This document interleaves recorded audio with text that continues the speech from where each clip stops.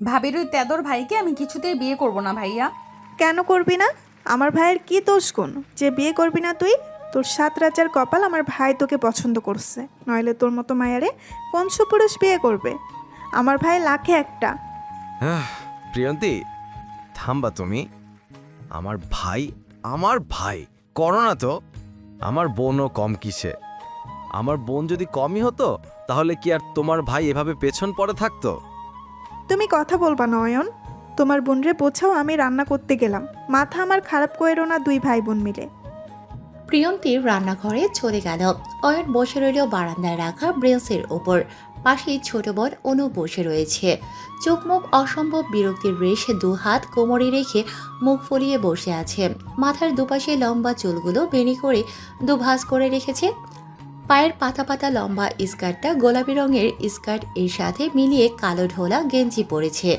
গলায় ওড়না বুকের দুপাশে ঝুলিয়ে দিয়েছে। ফর্সা শরীরে ওকে এখন দেখতে স্নিগ্ধ লাগছে। অয়ন বলল, তোর ভাবির কথায় বিরক্ত হতে হবে না, আমি আছি না। তুই বিয়ে করতে না চাইলে বিয়ে করতে হবে না। আমি প্রণয়ের সাথে কথা বলে নেব, আচ্ছা? আর ভাবিকেও বলবা আমার কানের কাছে যেন সবসময় ভাই ভাই না করে বেড়ায়। আচ্ছা, বলে দেব, আর করবে না। এক্ষুনি বলবা। আচ্ছা, এখনই বলছি। তুই যা, ঘরে যা আর ভাত খাবি।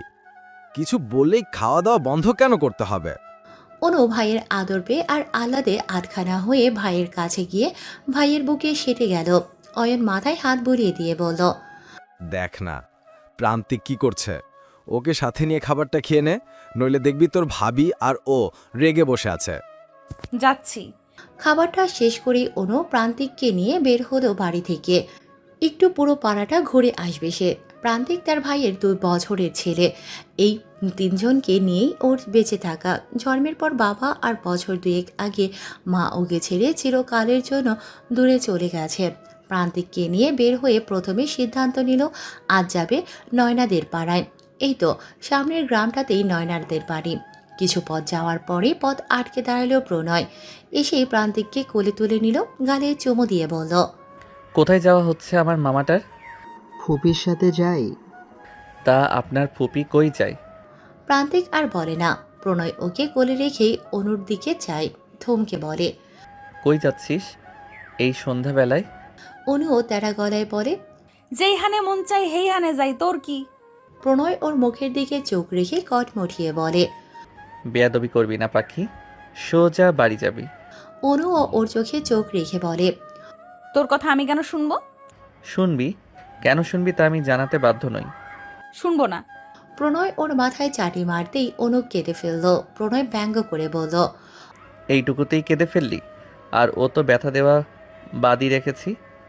এক্ষুনি বাড়ির রাস্তা না ধরলে এমন হাল করব না, কাঁদতে কাঁদতে বাপ ভাইয়ের নাম ভুলে আমার নাম নিবি। অনু কাঁদতে কাঁদতে বলল, আমি তোকে বিয়ে করব না। তোর ঘাড় করবে সময় আসলে। তুই এক্ষুনি বাড়ি যাবি কি না? অনু পেছন ফিরে দৌড়ে বাড়ি ফিরল। প্রণয় ও পিছু পিছু অনুদের বাড়িতেই এলো। বেয়াদবটার সাহস কত! এই সন্ধ্যাবেলায়ও গ্রাম ঘুরতে বের হয়। যত দ্রুত সম্ভব বেয়াদবটাকে বিয়ে করে ঘরে তুলতে হবে। তার বেয়াদব পাখি সব সময় অবাধ্যতা করবে ওর। যাকে যতবার মনের শিকলে বাঁধতে চায় ততবার দূরে সরে যাওয়ার পায়তারা করে। এবার আর না, এই মাসেই বিয়ে করে ঘরে তুলবে। নিজের ঘরে, যে ঘর জুড়ে ওর পাখির আনাগোনা চলবে, যেই পাখির গানে ওর সকাল শুরু হবে। অনু তখন বাড়ি ফিরেই ঘরে গিয়ে দরজা দিয়ে রেখেছে। সে জানে প্রণয় এখন প্রান্তিককে নিয়ে আসবে আর ওর ঘরেও আসার ছুতো খুঁজবে। প্রণয় আসতেই প্রিয়ন্তী ভাইকে ঘরে নিয়ে বসতে দিল। শুকনো নাস্তা দিয়ে রান্নায় বসালো নতুন করে। প্রণয় অনুর দরজার সামনে দিয়ে ঘুরে ফিরে এসে বোনকে বলল, তোর ননদের সাথে কথা বলেছিস? এই মাসে আমি ওকে আমার বাড়ি নিয়ে যাব। হ্যাঁ রে, বলছিলাম যে ও যখন চায় না বিয়ের জন্য আলাদা করে মেয়ে দেখি, কি দরকার ওকে বিয়ে করার? উফ আপু, তুইও না বারবার এক কথা বলিস। আমি তো ননদকেই চাই। প্রিয়ন্তী জ্বলে উঠল। তুই চাস বললেই কি সব পাবি? ওই হতচ্ছাড়ি তো চায় না। আর ওর একটা অকর্মা ভাইও আছে বোনের সাথে। বোন যা বলে তাই সই। আমিও বা কম কি রে আপু? তোর জামাইয়ের নাকের ডগা দিয়ে বোন তুলে নিয়ে যাব, দেখবি। তুই যা পারিস কর। ওই বিয়ের আগে পরে আমি নেই। আমি বললেই নবাবের বেটি খাওয়া বন্ধ করে দেবে। যে পর্যন্ত না ভাই এসে আল্লাহদের নালিশ শুনবে সে পর্যন্ত খাবে না। তারপর তার পরাণেই ভাই আমার কথা শোনাবে। এসব আর ভাল লাগে না। তুই কিসে কম বল? অদ্যামা কেন মানবো আমি? আমার ভাইয়ের জন্য ওর থেকেও হাজার সুন্দরী আনবো আমি। আর দেখবো ওর ভাই ওকে কোন রাজার হাতে তুলে দেয়। আপু রাগ করিস কেন? আমি আছি না? দেখবি ওই বেয়াদবটা একদিন নিজেই আমার জন্য পাগলামো করবে। আচ্ছা রে, মা কেমন আছে? নিয়ে আসলি না কেন? আবার আসতে নিয়ে আসবো। আজ হুট করে এসেছি। আমি তোর ননদের ঘরে যাচ্ছি, দেখি দরজা উল্টে বের করতে পারি কিনা। অনু পাখি, দরজা খোল। তোকে দেখেই চলে যাব, সময় নিয়ে আসিনি, বাড়িও যাইনি। শহর থেকে প্রথমে তোকেই দেখতে এসেছি, একটু মায়া কর। অনু ঘরের ভেতরে বিছানার ওপর পা তুলে বসে আছে। প্রণয়ের ডাক শুনেও মুখে কিচ্ছুটি রাগ করলো না, যেন এমন এক ভাব দেখিয়ে বসে রইল ও আসলে প্রণয়ের ডাক শুনতেই পায়নি। আর ও কয়েকবার ডেকে প্রণয় অতিষ্ঠ হলো বেশ, ধমকে উঠল অনুর নাম ধরে। অনুর বাচ্চা, দরজা খোল বলতেছি। কথা শুনিস না তুই? দরজা না খুললে কিন্তু দরজা ভেঙে ফেলবো একদম। তুই যা করার কর, তবু আমি দরজা খুলবো না। আবার বেয়াদবি করছিস? কি করবি তুই? তোকে কি আমি ভয় পাই? সেবেলা এসে কি করেছিলি? বাম গালে ঠাস করে একটা চট দিয়েছিলি, আমি কি তা ভুলে গেছি? তুই ভুল করেছিলি পাখি, তাই রাগ হয়েছিল। এখন শুধু দেখে চলে যাব। দরজা খোল। না, খুলবো না। কি করেছিলাম সেদিন? মেলাতেই তো গিয়েছিলাম। আমি কি একা গিয়েছিলাম? বান্ধবীদের নিয়েই তো গিয়েছিলাম, ভাইয়ার অনুমতি নিয়ে। তুই কেন আমায় মারলি সেদিন? তুই দরজা খোল, আবার মায়ের খাবি। সেই তখন থেকে দেখছি না তোর সাহস বেড়ে গেছে, আমায় তুই তোকারি কথা শোনাচ্ছিস। অনু চোখ বড় বড় করে জিভ কামড়ে ধরল। এই রে, মনে মনে এতদিন তুই তুই বলে এখন মুখের সামনেও বলে ফেলেছে। জিহ্বার আগা দিয়ে দু ঠোঁট ভিজিয়ে নিয়ে বলল, তাহলে আপনি আমায় বিয়ে করতে চান বলেছেন কেন ভাবির কাছে? আমি আপনাকে বিয়ে করব না। প্রণয় শান্ত হওয়ার চেষ্টা করল। মাথার ভেতরে রক্তকণিকা দপদপ করে ছড়ছে ওর কথায়, যে কোনো সময় সেরা ছিঁড়ে বাইরে চলে আসবে। মাথা দুপাশে ঝাঁকিয়ে আস্তে করে নরম স্বরে বলল, পাখি আমার, দরজা খোল। এত কথা বলিস না, দেখেই চলে যাব। অনুসন্দ এবারে। প্রণয় মানুষটা ওর কাছে ভয় এক প্রকার। উঠতে বসতে ধুমধাম কিল বসায়। এমনিতেই একটু আগে বেয়াদবি করেছে অনু, এখন যদি দরজা না খুলে পরের বার হাতের কাছে পেলে পিঠ ফাটিয়ে দেবে ওর। দরজা খুলতেই প্রণয় ওর মুখের দিকে চেয়ে চোখের দিকে তাকিয়ে একটা ব্যাগ এগিয়ে দিল অনুর দিকে। অনু ব্যাগের দিকে চেয়ে রইল ভ্রু কুঁচকে। কি এটা? তুই ধর, এটা তোর। অনু হাতে নিল, কিছু বলবে তার আগেই প্রণয় চলে গেল ওর দরজার সামনে থেকে। প্রিয়ন্তীর রান্না তখন কেবল শুরুর দিকে। প্রণয় গিয়ে বলল, এসব ঝামেলা এখন করিস না, আমি বাড়ি গেলাম, মায়ের সাথে খাবো। প্রিয়ন্তী ওনা নিয়ে মাথায় দিয়ে দরজায় এসে বলল, এখন একবেলা আমার সাথে বসে খেয়ে যা। আজ না, অন্য দিন। দুলাভাই রাতে বাড়ি আসলে আমায় কল দিস তো, কথা আছে। আচ্ছা সে না হয় বলবো, এখন তুই না খেয়ে যাস না প্রণয়। তুই পাগলামো করিস না তো আপু। আমি গেলাম, প্রান্তিকের সাথে এখন আর দেখা করব না, ও যেতে দিতে চাইবে না। অনু ওর বিছানার ওপর প্রণয়ের দেয়া ব্যাগ উপর করে ভেতরে সব বের করলো। 4 ডজন কাচের চুড়ি, নীল, লাল, হলুদ আর কালো। অনু সবগুলো চুড়ি একবার একবার করে হাতে দিয়ে সাইজ দেখে নিল। সব ওর হাতের মাপের, তার মানে এই সবগুলো ওকেই দিয়েছে প্রণয়, ভাবিকে দেয়নি। ভাবির হাতের মাপ তো ওর থেকে সাইজে বড়। অনু রোগা সোগা মানুষ কিনা, চুড়িগুলো তুলে নিয়ে আলমারিতে রেখে দিল। বিছানা ঝাড়ু দিয়ে ভাইয়ের ঘরের দিকে গেল। প্রান্তিকটা আসছে না এখনো, মামা পেয়েছে না, তার কি এখন এই অধমের খেয়াল আসবে? অনু এগিয়ে যেতেই প্রিয়ন্তী বলল, প্রণয়ের সাথে কি ব্যবহার করেছিস তুই যে আমার ভাই আমার বাড়ি এসে না খেয়েই চলে গেল? অনু বুঝল না, মাথা ঝাঁকিয়ে চোখ ছোট ছোট বানিয়ে বলল, মানে? দেখ, একদম সরলা প্রতিমা সাজবি না আমার সামনে তুই। আমি কি জানি না তুই আমার ভাইয়ের সাথে কি আচরণ দেখাস? দরজা নিশ্চয়ই খুলিস নি। আর কি কি বলেছিস যে আমার ভাই আমার সাথে বসে না খেয়েই চলে গেল? আশ্চর্য, খায় নাই কেন তোমার ভাই? আমি জানি। আমি কি তারে বলছি না খাইয়া যাইতে? বলে অনু ঘুরে নিজের ঘরের দিকে গেল। প্রিয়ন্তী রাগে গজগজ করতে করতে বলল, আজ আসুক তোর ভাই, হয় তোরে বাইরে বিয়া দিব, নইলে আমার ভাইয়ের হাতে দিব। তোরে একটা ব্যবস্থা করে দিতেই হইব, নইলে তুই আমারেও শান্তি দিবি না, আমার ভাইরেও দিবি না। সে তো আবার পণ করেছে তোরে বিয়ে না দিলে আর বিয়েই করবে না। কি দেখা পাগল হইল আমার ভাই? ওই রূপ ছাড়া আছে কি না আছে বাবার। ভাবি চুপ করবা, আজ ভাইয়া আসুক, তোমারে তোমার ভাইয়ার বাড়ি দিয়ে আসতে বলবো, দেখো। প্রিয়ন্তী উঠে তেড়ে এলো। কি বললি? আর একবার বল। তোর ভাইকে বলবি ওই আমার ভাইকে আমার এই বাড়িতে দিয়া গেছে না আমার মায়ে দিয়া গেছে? তোর ভাই চাইয়া নিয়ে আইছে। অনু দরজা আটকে দরজায় হেলান দিয়ে বলল। আর তুমিও চলে এলে আমার ভাইরে পাইয়া? তা কি দেখা আইলা, আমার বাবা রাজপ্রাসাদ না আমার ভাইয়ের মুখ? প্রিয়ন্তী দরজার বাইরে দাঁড়িয়ে দরজায় লাথি বসাতে বসাতে বলল। আজ তোর ভাইয়েরে বাড়িতে আসতে দে একটাবার। আমার একদিন আর তোর ভাইয়ের একদিন।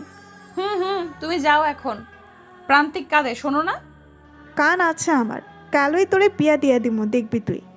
অয়ন এসে থেকেই দেখছে প্রিয়ন্তী তার সাথে কথা বলছে না, কেমন চুপচাপ। প্রতিদিনের মতো এগিয়ে এসে এটা ওটা জিজ্ঞেস করছে না, ভালো খারাপ কিছুই বলছে না।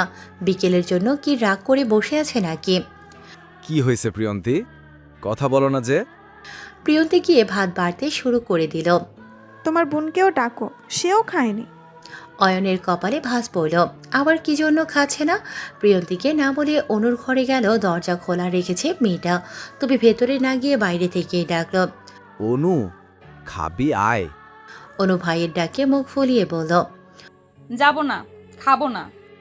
আবার কি হয়েছে? কি হবে? কিছুই হয় নাই। অয়ন এবারে ঘরে ঢুকলো। বিছানায় উল্টো দিকে ফিরে শুয়ে আছে অনু। অয়ন গিয়ে চেয়ার টেনে বসল। তোর ভাবির সাথে ঝগড়া হয়েছে? দেখো না, প্রণয় তোরে পছন্দ করে, বিয়ে করতে চায়। আজ একটু আগেও কল দিছিল। আমি হ্যাঁ না কিছুই বলি নাই। তুই চাইলে বিয়ে হবে না, চাইলে বিয়ে হইব না। তুই বল প্রণয়কে বিয়ে করবি? অনু চুপ করে আছে বলে অয়ন নিজেই আবার বলল। প্রণয় আর বেকার নাই, শহরে বিরাট কাপড়ের দোকান দিছে, মাসে অনেকগুলো টাকা আয় করে। আমার থেকে ওর কাছে বেশি সুখে থাকবি। বিয়ে তো একদিন দিবই। তুই ভাব কারে বিয়ে করবি। তোর ভাবি, মহিলাটা আমায় সহ্য করে না ইদানিং। আমি বুঝি সব। কয়বার করে ওরা আসতে চাইলো তোরে নিয়ে যেতে, আমি মানা করছি। তোর ভাবি তোরে আদর করে অনু, ওর সাথে রাগ করিস না। ও শুধু চায় তুই ওর আরেক আদরের বউ হয়ে ওই বাড়ি যা। তুই দেখিস না তোর একটু অসুস্থতায়ও প্রিয়া কত চিন্তা ভাবনা করে দিনরাত। তোর সাথে ঘুমায়, তোর কখন কি লাগে, কেমন লাগে না লাগে, কি খেতে চাস না চাস সব খেয়াল রাখে। প্রিয়ন্তীর মাটাও তোকে কত আদর করে, আমি দেখি তো অনু। সব তো ঠিক আছে, সমস্যা তো ওই প্রণয়কে নিয়েই ভাইয়া। আমার সাথে কি ব্যবহার করে দেখো না তুমি। যখনই আসে আমাকে ধম্মকের উপরে রাখে, পান থেকে চুন খসতেই রাগারাগি করে। শুধু আমার সাথেই না, সবার সাথেই রাগ দেখায়। যখন তখন হাত উঠিয়ে ফেলে। একটা প্রশ্ন বললেও, একটা কথা বললেও গায়ে লাগায় না। তেরামির তার শেষ নেই। ও তো একটু ওরকম করে, এছাড়া তো আর চরিত্রে সমস্যা নাই, সব ঠিক আছে। অনু বিরক্তকর মুখভঙ্গিমা করে বসে থাকে। অয়ন ওকে জোর করে বিছানা থেকে নামিয়ে খেতে নিয়ে যায়। প্রিয়ন্তী রান্নাঘরের মেঝেতে পাটি বিছিয়ে দিয়েছে। প্রান্তিক সেখানে মাঝখানে খেতে বসেছে। ভাতের সাথে প্রিয়ন্তী ওকে মাছের টুকরো খেতে দিয়েছে। অনু আর অয়ন এসে প্রান্তিকের দুপাশে বসল। প্রিয়ন্তী চুপচাপ দুটো প্লেট এগিয়ে দিল দুই ভাই বোনকে। ওরা দুজনে প্লেট এগিয়ে নিয়ে গ্লাস ভর্তি পানি নিয়ে হাত পরিষ্কার করে নিল। প্রিয়ন্তী ওদের খাবার বেড়ে দিয়ে প্রান্তিকের মাছের টুকরো থেকে কাটা ছাড়াতে লাগলো। অনু এক লোকমা ভাত নিয়ে ভাবির মুখের দিকে বাড়িয়ে দিল। প্রিয়ন্তী চমকালো না, কেননা এর আগেও অনু এমন করেছে। সে প্রথম থেকে রাগলেই অনু ভাত খাওয়া বন্ধ করে দেবে, আর তারপর প্রিয়ন্তী ভাত নিয়ে দিলে ও খাবে আর ওকেও খাইয়ে দেবে। আজও তার ব্যতিক্রম হলো না। প্রথমে না নিতে চাইলেও প্রিয়ন্তী শেষ পর্যন্ত নিল। খাওয়া শেষ হতেই অয়ন বলল। কাল আমার বোনকে ছেলেপক্ষ দেখতে আসবে, খবরদার কথাটা যেন বাড়ির বাইরে না যায়। আর সকল রান্নাবান্নার দায়িত্ব তোমার। কালই আমি বিয়ের পাকা কথা দেওয়া নেওয়া করব। যা অনু, গিয়ে ঘুমা। অনু মিটমিট করে হেসে নিজের ঘরে চলে গেল। প্রিয়ন্তী চুপ করে গম্ভীর মুখে বসে রইল। এই বদলোক, তাহলে তলে তলে বোনের জন্য অন্য কোথাও দিতে চাচ্ছ? আচ্ছা, কাল আসুক, সেই বাড়ির লোক এমন হাল করবে না। পরের দিন সকাল সকাল প্রিয়ন্তী গিয়ে অনুকে ঘুম থেকে ডেকে তুলল। অনু উঠে বিছানায় বসে বলল। কে মরেছে? সকাল সকাল এত ডাকছো কেন?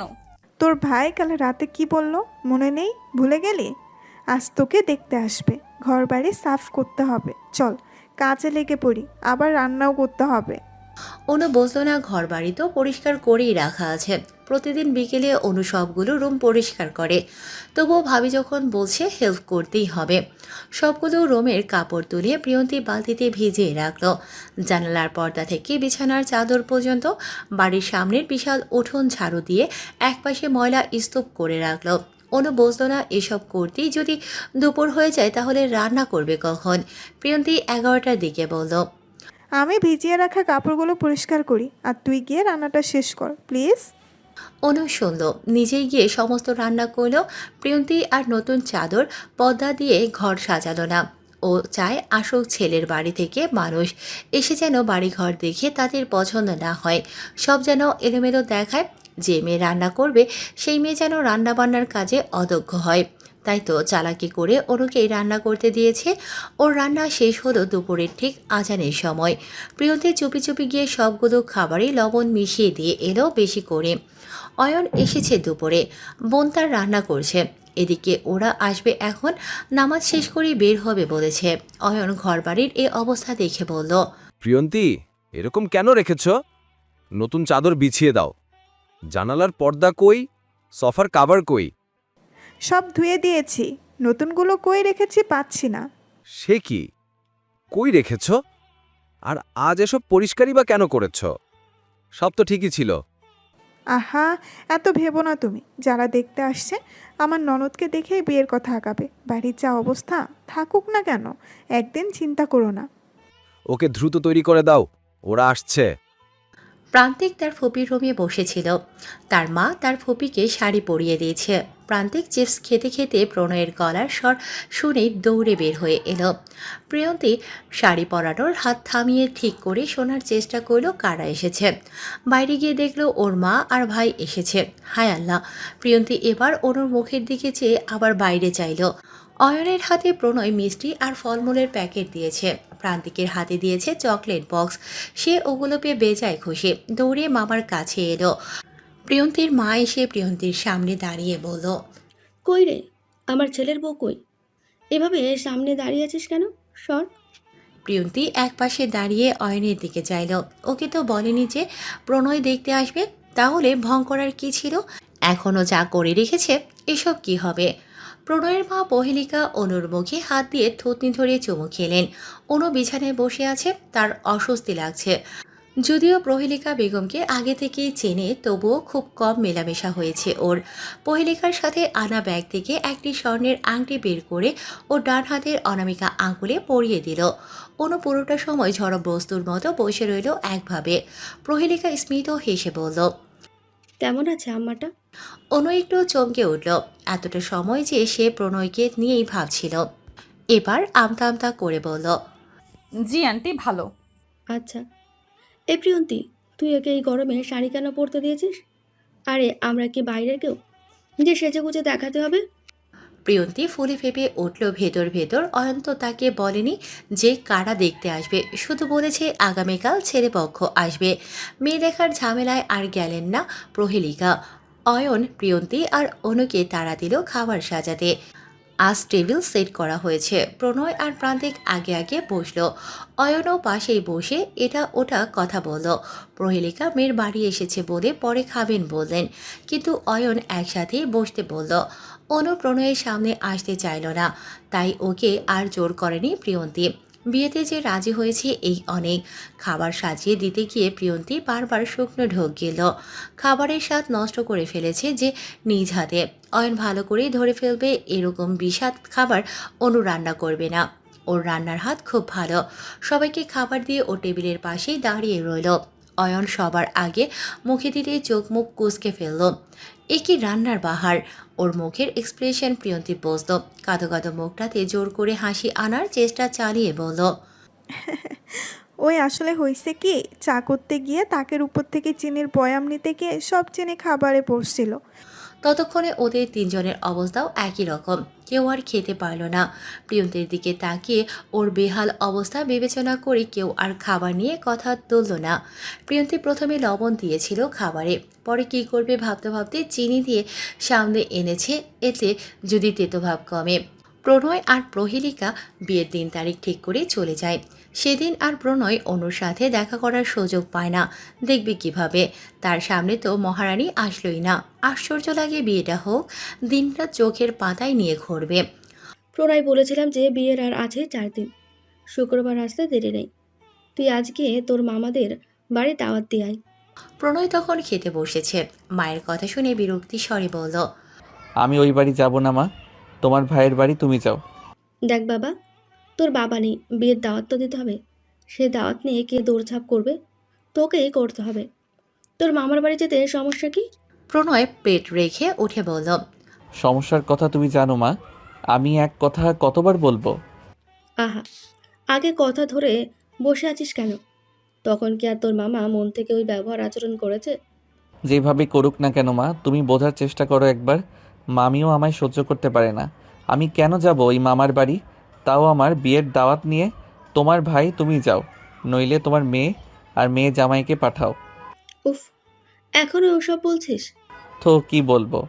তোমার ভাই ভাবছিল কেমন করে আমি তার মেয়েকে বিয়ে করে নেব। দেশে মেয়ের অভাব, মামার মেয়েকে বিয়ে করতে হবে। মানুষ করে না বিয়ে? ওরকম কত ভাই বোনদের বিয়ে হয়। প্রণয় চেয়ারের হাতল থেকে শার্ট নিতে নিতে বলল, হয় মা হয়, কিন্তু আমার সাথে মিতুর বিয়ে হয় না। আমি ওকে আর প্রিয়ন্তীকে এক নজরেই দেখি। মামা সেদিন আমার সাথে কেমন ব্যবহার করেছে তুমি শুনলে না? এরপর আবারও বাড়ি যাব। যাবি? প্রণয়ও তেরা গলায় বলল, আমি যাইবার পারুম না। বিয়ের দাওয়াত দিতে হয়, মুরব্বীরা না গেলে বিয়ে হয় প্রণয়? তোর বাবা বেঁচে নেই, মামা চাচাদের সাথে খারাপ ব্যবহার দেখাবি না প্রণয়।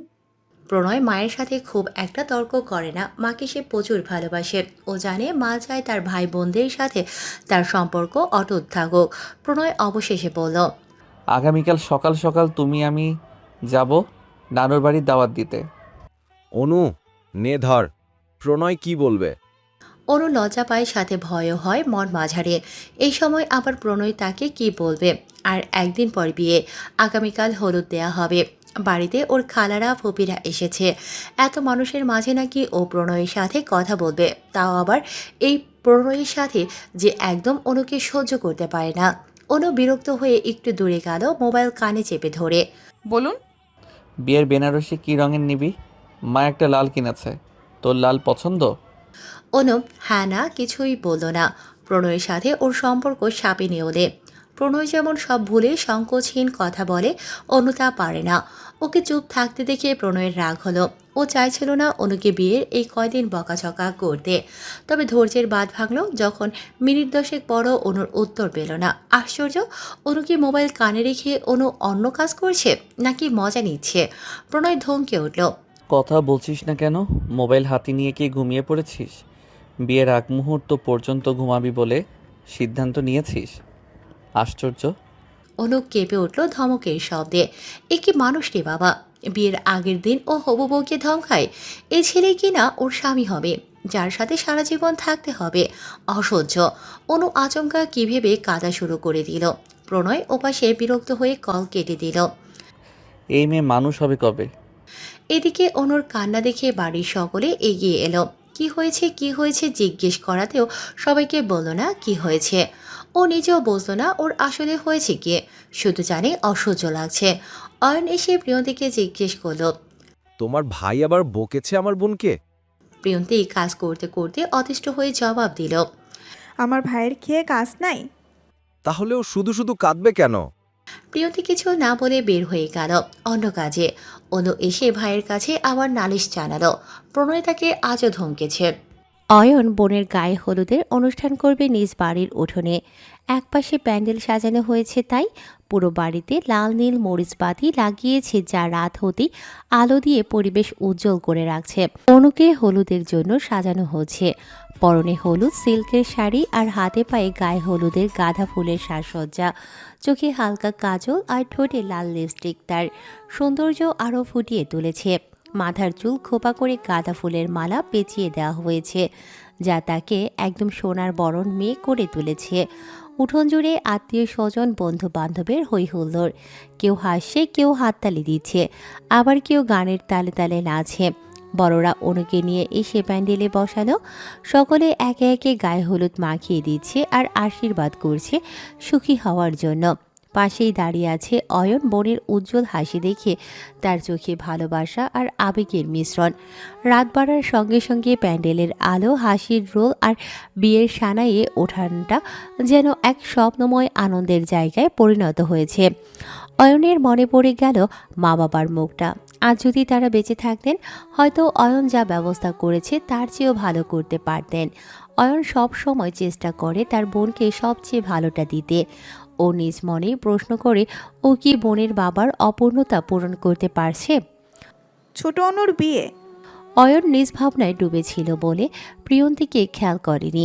প্রিয়ন্তীর কথায় হুঁশ ফিরল। প্রিয়ন্তীর চোখে জল টলমল করছে। আশ্চর্য, ননদের বিয়ে হবে ভেবেই কাঁদতে হবে? ও কি দূরে যাবে? ওর ভাইয়ের ঘরেই যাচ্ছে না।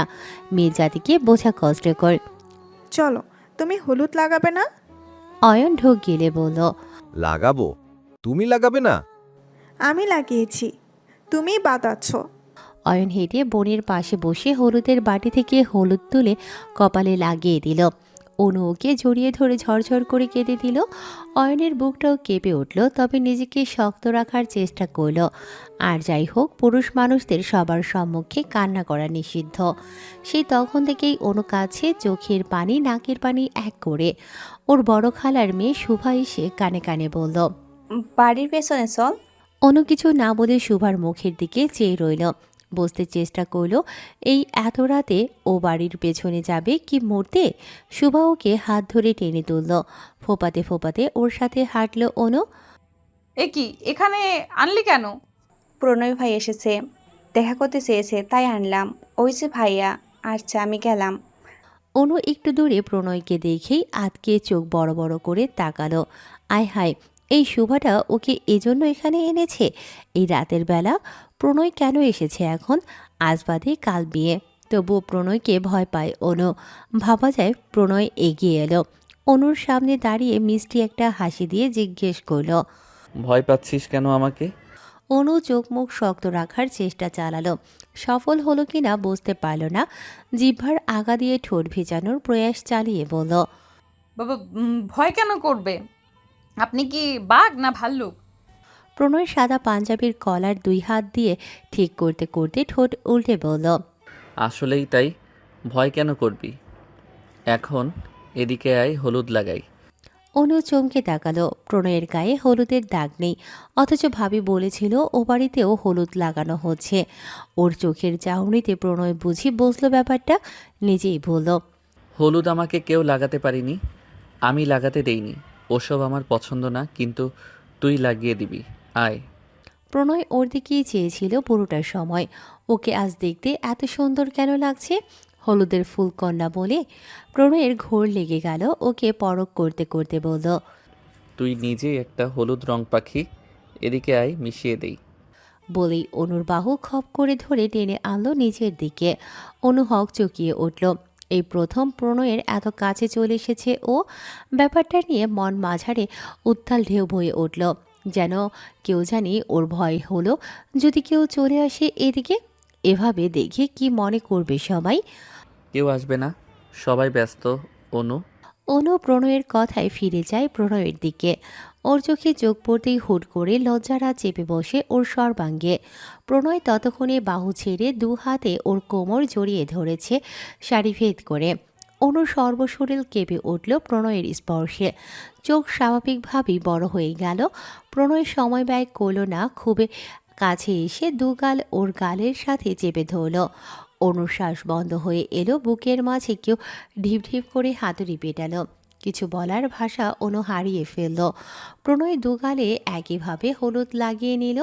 অনু নড়চড় করছে না, ব্যাপারটা সে খেয়াল করেছে, তবে মুখে কিছু বলল না। ও বুঝতে পারছে ওর মনের অবস্থা, তার বোকা পাখি। আজ এইটুকুতেই জমে বরফ হয়ে গেলি? তুই কাল রাতে কি করবি? এখন ছাড় পেলেও কাল রাতে পাবি না, মনে রাখিস। একদম পাবি না, সব দিক থেকে ছুঁয়ে দিব, প্রমিস। অনু সময় নিয়ে মুখ খুলল। কানের পাশ দিয়ে কি গরম ধোঁয়া বের হচ্ছে নাকি? কিন্তু কেন? অনু আমতামতা করে বলল। আমি ঘরে যাব, শুভা চলে গেছে। প্রণয় হাসল, ওভাবেই বলল। পালাই পালাই করছিস কেন? কাল পালিয়ে যাবি কোথায়? সে আমার কাছে আসতে হবে। অনু দৌড় লাগালো বাড়ির দিকে, যেতে যেতেই বলল। আমি যাব না আপনার বাড়ি। প্রণয় দাঁড়িয়ে হাসলো ওর চলে যাওয়ার পানে তাকিয়ে। পকেট থেকে ফোন বের করে আলো জ্বালিয়ে নিজের বাড়ির রাস্তা ধরতে ধরতে গিয়ে উঠল। তোমার ঘর বাড়ি আমার লিখে দিব বুঝিয়ে। তোমায় নিয়ে যাব হয় পৃথিবীকে জানিয়ে।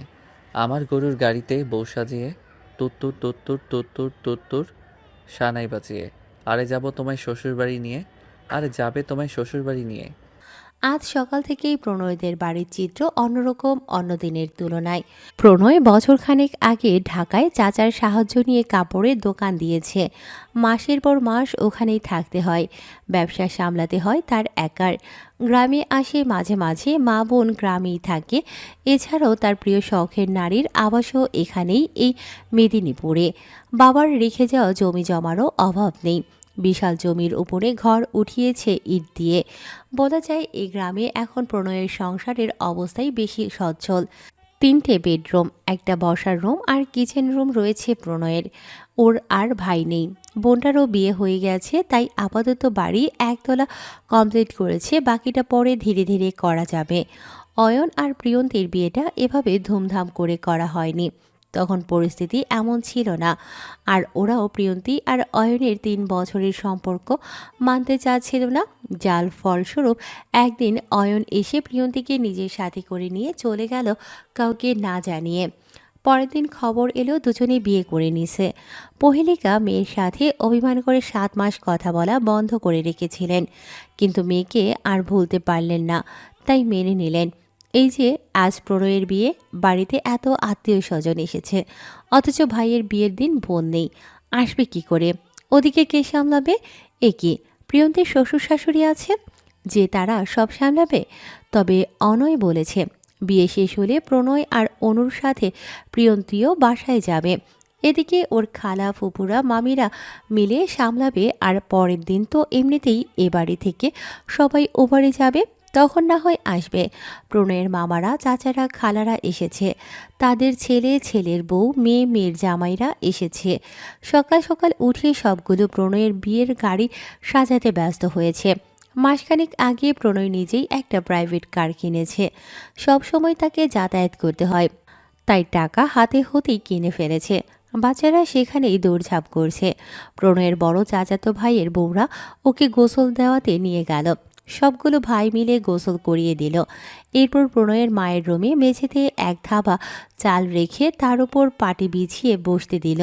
কলাপাতার নতুন পাতার নিউজ এনে হাতে ধরিয়ে দিল। এটা নাকি নিয়ম, প্রণয়ের রুমে ফুল দিয়ে সাজানো হচ্ছে। ওর কাজিনরা সকাল সকাল গোলাপ আর রজনীগন্ধা ফুল এনেছে বাসর সাজাবে বলে। আপাতত সবাই ওখানেই আছে। দুপুরে নামাজ পড়ে বের হবে বউ আনতে। প্রণয়ের মা ঘরে এসে ছেলের বউয়ের জন্য রাখা সব গহনা নিয়ে ছেলের পাশে বসে এক এক করে দেখালো। এসব ওর নজরেই রাখতে বলল। বাড়িতে এখন অনেক মানুষ, কার নজরে পড়ে আর কে নিয়ে নেয় বলা যায় না। প্রণয় এগুলো নিয়ে ভাবতে লাগলো, বউ সাজলে অনুকে প্রতিদিনের তুলনায় আরও বেশি সুন্দর লাগবে, তাই না? আচ্ছা, কেমন দেখাবে যখন ও লাল বেনারসি পরে কবুল বলে ওর বউ হবে?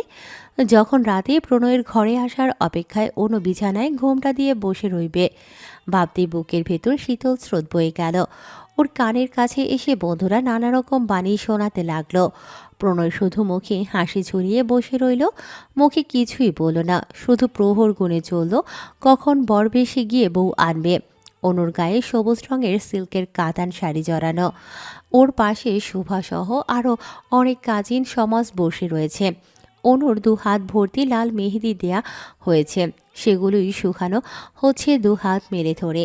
ওর সাথে বাকিরাও মেহেদি লাগাচ্ছে। একটু পরেই অনুকে গোসল করাবে ওরা। গ্রামের বিয়েতে বউয়ের গোসল দেওয়াও একটা অন্যরকম সুন্দর ও মজাদার মুহূর্ত। সবগুলো ভাই বোন বউয়ের মাথার উপর এক হাত করে রাখবে, তারপর সবগুলো এক এক করে বউয়ের সামনে গিয়ে পেছন ফিরে মাথার উপর পানি ঢালার চেষ্টা করবে। কেউ সফল হবে, আবার কেউ বিফল হবে। প্রান্তিক শুধু অনুর পাশে বসে নিজের ছোট্ট দু হাত দেখছে। ওর হাতেও সুভার ছোট্ট বোন সুহা মেহেদি লাগিয়ে দিয়েছে। প্রান্তিক আজ সকাল থেকেই ফুপির পাশে পাশে থাকছে। আব্বুটা সবসময় বাইরে রান্নাবান্নার ওখানে দাঁড়িয়ে তদারকি করছে, আর প্রিয়ন্তী অন্যান্য কাজ করছে। কার কখন কি লাগে না লাগে। দুপুরের আগেই গোসল করিয়ে এনে লাল সুতির কাপড় পরিয়ে দিল অনুকে। বর আসবে, বউয়ের লাগেজ সাজিয়ে তারপর অনুকে সাজাবে সবাই মিলে। দুপুরের আজানের কিছু সময় বাদেই বাইরে হইচই শোনা গেল। বর এসেছে, বর এসেছে। প্রান্তিক মামাকে দেখেই দৌড়ে গেল। ওর মাথায় আসলো না বর কই এসেছে। এসেছে তো ওর মামা। অনুর কাজিনরা মিলে গেট সাজিয়েছে। প্রণয়কে মিষ্টি শরবত খাওয়ানো হলো। তারপর 5,000 টাকা ডিমান্ড করে ভেতরে আসতে দেয়া হলো। একদল মেয়ে এলো অনুর ঘরে প্রিয়ন্তীর সাথে। অনু ওদের বসার জায়গা করে দিতে বলল। ওরা প্রিয়ন্তীর খালাতো মামাতো বোন। প্রিয়ন্তী আবার বাইরে গেল। একটা মেয়ে এসে অনুর পাশে বসে বলল, যাও চেঞ্জ করে আসো, তোমাকে আবার সঙ্গ সাজতে হবে। অন্য একটা মেয়ে বলল, আহা, এইভাবে কেন বলছিস সিথি? সিথি মেয়েটা মুখটা গোমট বেঁধে একপাশে বসে রইল। ওকে দেখে বোঝা গেল এখানে ও কমফোর্ট পাচ্ছে না। অনু বুঝল না এরকম করছে কেন এই মেয়ে। ও হলো প্রিয়ন্তীর বড় মামার মেয়ে সিথি। অনু একে চেনে, এর আগেও কয়েকবার দেখা হয়েছে। সেই প্রথম থেকেই মেয়েটা একটু অন্যরকম। ওর সাথে কখনো কথা বা মেলামেশা হয়নি অনুর। শুভা ওকে চেঞ্জ করিয়ে এনে লাগেজ থেকে সব বের করে সাজানো শুরু করলো। শুভা নিজেই পার্লারে কাজ করে, তাই ও খুব সুন্দর করে সাজাতে পারে। শুভা নিজ দায়িত্বে ওকে সুন্দর করে সাজিয়ে দিল। আয়নায় মুখ দেখার পর অনু নিজে নিজেই লাজ পেল। ওকে একদম নতুন বউ লাগছে। অয়ন এসে সাজানোর পর একবার দেখে গেছে বোনকে। কাল প্রিয়ন্তীর কান্নায় বিরক্ত লাগলেও আজ নিজেরই চোখ বারবার ভিজে আসছে। আজ থেকে বোন তার পরের ঘরে চলে যাবে। ওর আর দায়িত্ব থাকবে না, সব দায়িত্ব প্রণয়ের হাতে চলে যাবে। প্রণয় এখন যেমন ভালোবাসে বাকিটা জীবন সেরকম ভালোবাসবে তো। চিন্তায় মাথার মাঝে দপদপ করছে অয়নের। তার বাবা মা নেই, বোনের কথা আলাদা করে কে চিন্তা করবে ও ছাড়া। প্রণয়দের বাড়ির সবাইকে খাওয়া দাওয়া করানো হলো। এরপর কাজী সাহেব বিয়ে পড়ানো শুরু করলো। বিয়ের কাজ শেষ হতেই প্রণয় আর অনুকে পাশাপাশি বসানো হলো। ওদেরকেও খেতে দেওয়া হলো। দুজনে অল্প খেয়ে আর খেলো না। অনু থেমে থেমে কাছে। প্রণয়ের মেজাজ চড়ে উঠছে ওর কান্না দেখে। আশ্চর্য, বিয়েই তো করছে, ফাঁসির রশিতে তো আর ঝুলিয়ে দেয়নি কেউ। তখন মাগরিবের আজান দিয়ে দিয়েছে, এখনো বউ নিয়ে যাওয়া হয়নি। মুরব্বীরা তাড়া দিল বারবার। প্রিয়ন্তী তৈরি হয়েছিল সাথে যাবে বলে, তবে অয়নের মনের অবস্থা বুঝে আর গেল না। কথা হলো সকালে যাবে ও। অয়ন যদিও যেতে বলল, তবুও সে গেল না। অনুকে গাড়ি থেকে হাতে ধরে প্রণয় বের করল। আসার সময় ও মেয়েটা গাড়িতে বসে বসে কেঁদেছে। প্রণয় বুঝলো বাবা মায়ের বাড়ি থেকে ভাইকে ছেড়ে চলে আসতে হয়েছে বলেই ওর মনের অবস্থা দুর্বিষহ। দুজনের কথা হয়নি একটাও। সেই যে অয়ন অনুর হাত নিজের হাত থেকে প্রণয়ের হাতে তুলে দিয়েছিল সেভাবেই ধরে এসেছে। প্রণয় খেয়াল করেছে বারবার করে অনুর হাত ঘেমে ভিজে যাচ্ছিল প্রণয়ের হাতের মুঠোয়। গাড়ি থেকে নামতেই প্রণয়ের মা এলো ডালা নিয়ে। মিষ্টি নিয়ে বউকে মিষ্টিমুখ করিয়ে ঘরে তুলতে হয়।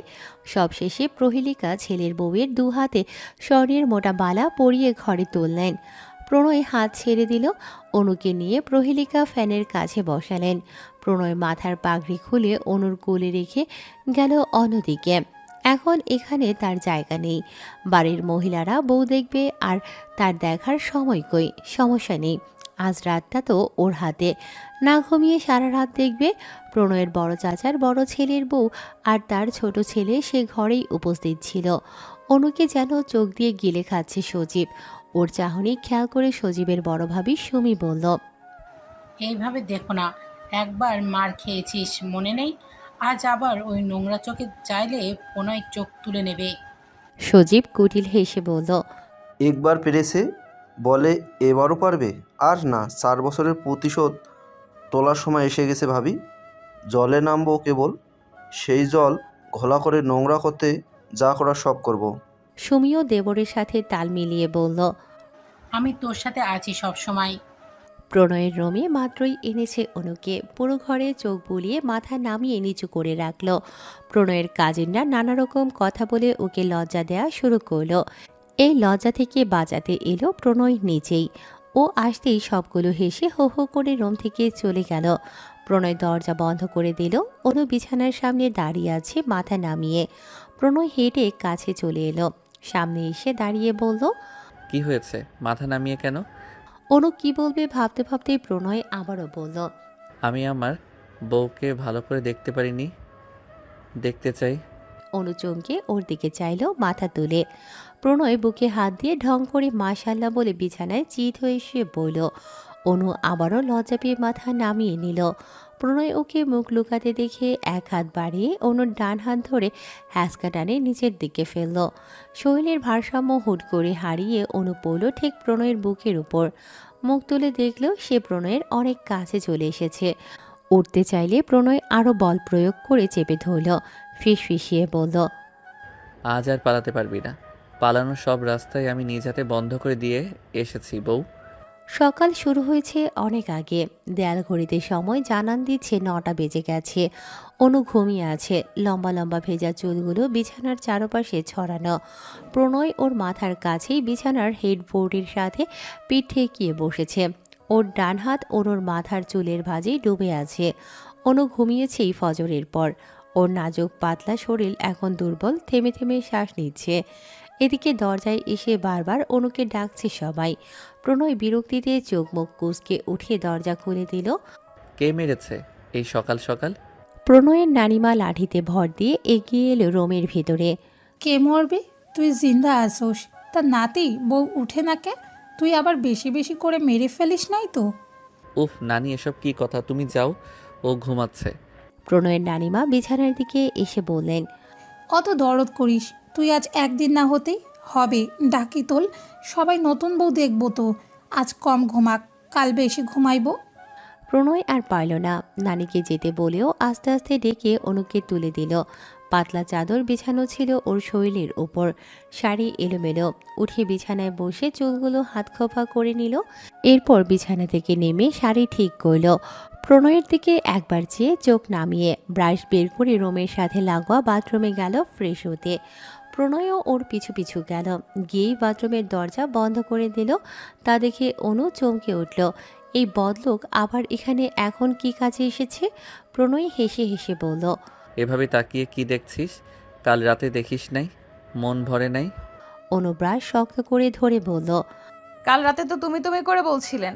প্রণয় জিজ্ঞাসু দৃষ্টিতে তাকিয়ে বলল। কখন? ওই যে তখন, এখন ভুলে গেছেন?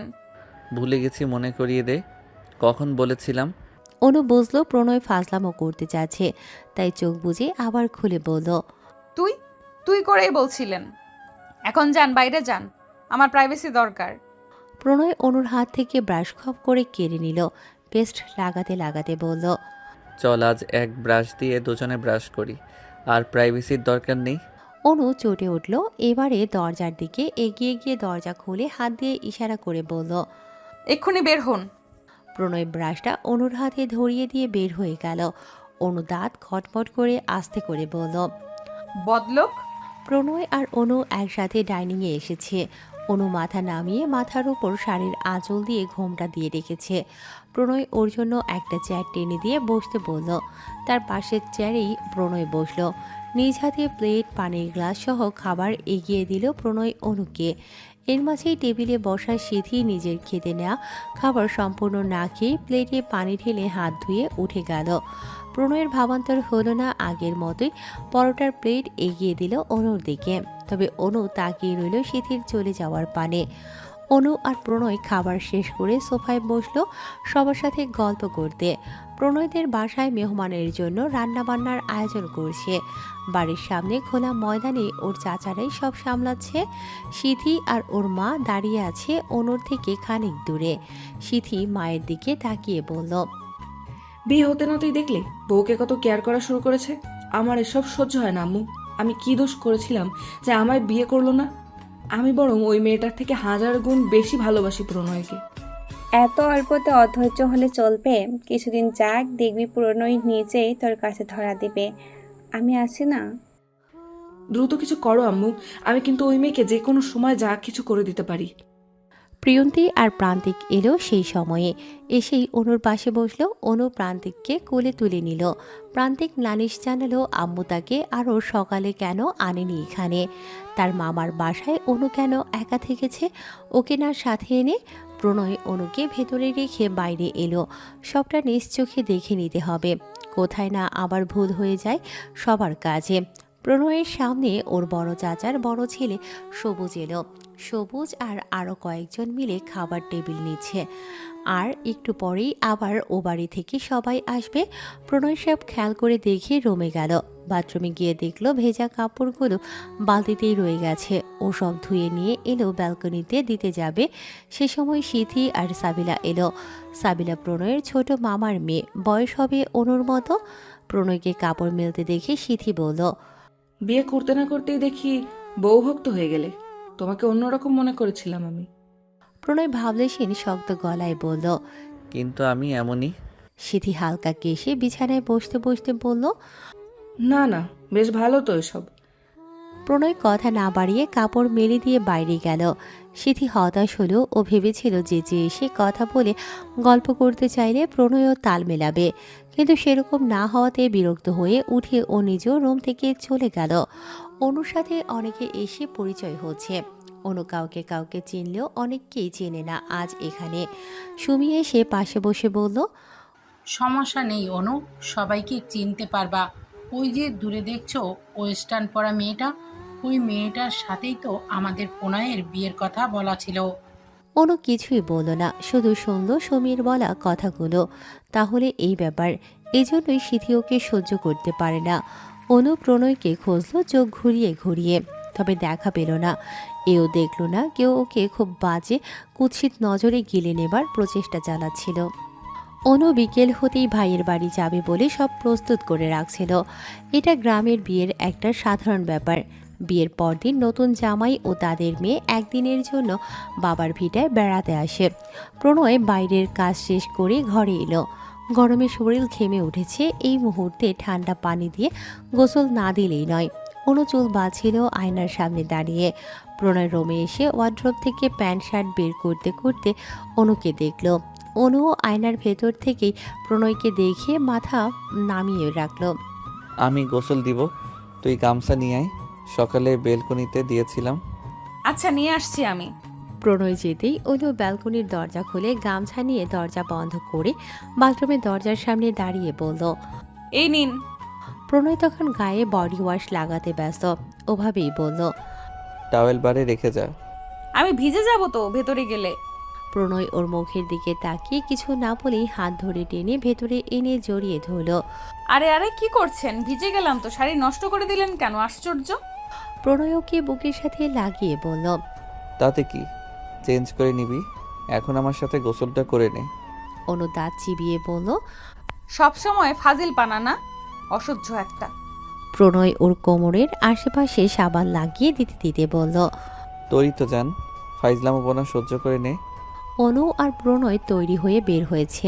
প্রিয়ন্তী আগেই বাসায় চলে গেছে। অয়ন থেকে গেছে সে বোন আর শালক বাবুকে একসাথে নিয়ে যাবে। ওরা আসতেই অয়ন আর দেরি করতে চাইল না। এমনিতেই অনেকটা দেরি হয়ে গেছে প্রণয়ের জন্য। অনু গিয়ে ভাইয়ের পাশে বসলো সোফায়। প্রণয় ওর ডান পাশে বসতেই দূর থেকে সিথি এসে আদিক্ষেতা করে বলে অন্যদিকে চলে গেল। মাথা থেকে যে করেই হোক প্রণয়ের ওই অনুকে সরাতে হবে, তবেই না ও জায়গা পাবে। যতদিন প্রণয়ের মনে অনুর জন্য জায়গা আছে ততদিন ওই প্রণয় ওকে ভালোবাসবে না। আর যদি কখনো ভালো নাও বাসে তবুও ওর আফসোস নেই। শুধু ও অনুর সাথে সাজানো সংসার সে কখনো হতে দেবে না। যতদিন না প্রণয়ের কথা ওর মন মস্তিষ্ক ভুলতে পারছে। সবার থেকে বিদায় নিয়ে অনুরা বের হলো। পেছনের সারিতে অনু, প্রণয় আর প্রণয়ের ফুপত্ত দুই ভাই বসেছে, আর সামনে অয়ন, প্রান্তিক আর প্রণয়ের ছোট মামার ছেলে রাকিব বসেছে। গাড়ি এসে অনুদের বাড়ির সামনে থামতেই অনু দরজা ঠেলে বের হলো। প্রণয় আর ওর ভাইয়েরা ধীর সুস্থে বের হয়ে অনুর পেছন পেছন বাড়ির ভেতরে চলে আসলো। অনুকে পেয়ে শুভার বড় ভাবি কুলসুম গিয়ে নিয়ে গেল নিজের সাথে। অনুও একটা দিন পর বাবার বাসায় আসতেই জামাই নামক গলার মালা কে ছুঁড়ে ফেললো দূরে, এমন একটা ভাব করে সে জামাই নামের কোনো মালা নেই। প্রণয় বিরক্ত হলো ওর কাজকর্মে। অনুর রুমে গিয়ে সবাই বসলো। প্রিয়ন্তী তার খালা শাশুড়িদের সাথে রান্না সামলাতে ব্যস্ত। আজ আর ভাই নয়, তার ননদ জামাই এসেছে নেমন্ত্রণ খেতে। নিজ হাতে নানা রকম পিঠা পায়েস করেছে। শোভা আর শুভা সেগুলো প্লেটে করে অনুর রুমে নিয়ে গেল। ওদের দুজনকে আসতে দেখে প্রণয়ের সাথে সে বসে থাকা পাঁচি ভাইয়ের দল হৈহুল্লোড় থামিয়ে ভদ্র সাজার চেষ্টা করল। রাকিব শুভাকে দেখে জিজ্ঞেস করল, আমাদের ভাবি থাকতে আপনি কেন কষ্ট করে নাস্তা আনতে গেলেন? শোভা নাস্তার প্লেট এগিয়ে দিতে দিতে রাকিবের মুখে একটাবার দেখে নিল, সাথে সাথে পায়ের তালু থেকে শুরু করে মাথার তালু জ্বলে উঠল। শোভার মনে পড়ল ইনি হলেন সেই ভদ্রলোক যার সাথে দুপুরে প্রণয়দের বাসায় যাওয়ার পর ঝামেলা লেগেছিল। শোভার এখনও মনে পড়ছে, বাবা কি এমন বলেছিল ও। আর এই ছেলে সাথে সাথে মেয়েদের মতো ঝগড়াঝাটি শুরু করে দিল ওর সাথে। উফ, এখন আবার সেই তাদের জন্যই নাস্তা পানি নিয়ে দরদ দেখাতে এসেছে শোভা। কি আশ্চর্য। শুভা হাসার চেষ্টা করে বলল, আপনাদের ভাবি খুব ক্লান্ত, বুঝে নেই তো, বেচারা নতুন বিয়ে করেছে। প্রণয়ে আকস্মিকতায় কেসে উঠল। শুভা পানির গ্লাস রাখতে রাখতে চেঁচিয়ে উঠল, দুলা ভাই কি হইল আপনার? পানি নেন। প্রণয় শোভার বোনের দিকে তাকিয়ে মুখটা হাত দিয়ে চেপে কাশি আটকানোর চেষ্টা করে বলল, ওসব কিছু না। তোমার অনু আপু কোথায়? ওকে পাঠিয়ে দিও, বলবি আমি আসতে বলেছি, খুবই দরকার। কেমন?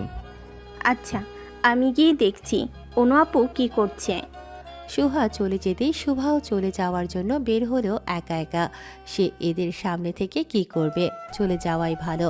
ওকে যেতে দেখে রাকিব বলল, ও বাবা, নাস্তা শুধু দিয়ে গেলেই হবে, খাইয়ে দিতে হবে না? শুভা পেছন ফিরে দাঁত কটমট করে বিড়বিড়িয়ে কিছু একটা বলে বের হয়ে গেল রুম থেকে। অনু এলো তারও কিছু সময় পর, তখন রাত 9টা কি 10টা বেজে গেছে। নতুন জামাইও তার সাথে আসা ভাইদের খাবার খেতে দেয়া হয়েছে। তারপর বাড়ির লোকজন খেতে বসবে। প্রণয় খেয়ে দিয়ে রুমে এলো। অনু তখন সালোয়ার কামিজ পরে বিছানায় বসে আছে। প্রণয়কে আসতে দেখে গায়ের ওড়না ঠিক করে মাথায় আঁচল দিতে দিতে বলল, আমায় ডেকেছিলেন? সুহা বলছি। ভাইয়ের বাড়ি এসেই তুই জামাইকে ভুলে গেছিস না? অনু হকচকিয়ে গেল প্রণয়ের কথায়। বুঝলো প্রণয়ের রাগ উঠেছে, কথা ধারালো শোনাচ্ছে তাই। শান্ত মিষ্টি করে অনু বলল, ভাবির সাথে কথা বলছিলাম, তাই আপনার খেয়াল রাখতে পারিনি। তা ভাবির সাথে কি গোপনীয় আলোচনা করছিলেন শুনি? অনু ঘন ঘন ঢোক গিলে নিয়ে বলল, এমনি কথা বলছিলাম, বিশেষ কিছু না। প্রণয় দরজা লাগাতে লাগাতে বলল, এসব আমার জানা আছে, কি নিয়ে কথা বলছিলি? যাই হোক, আজকের পর তোর এই ভুলের জন্য ভাইয়ের বাড়ি আসা কি বন্ধ করে দেব? অনু মাথা নামিয়ে কিছু একটা বলল, তবে তা প্রণয়ের কান পর্যন্ত পৌঁছালো না। প্রণয় আর অনুর বিয়ের 3 দিন চলছে আজ। প্রণয়দের বাসায় গতকাল বিকেলেই এসেছে অনু। সবার থেকে পাওয়া গিফটগুলো সাজানো গোছানো চলছে আজ সকাল থেকেই। প্রণয়ের মা প্রহেলিকা একা একা রান্না সামলাচ্ছে।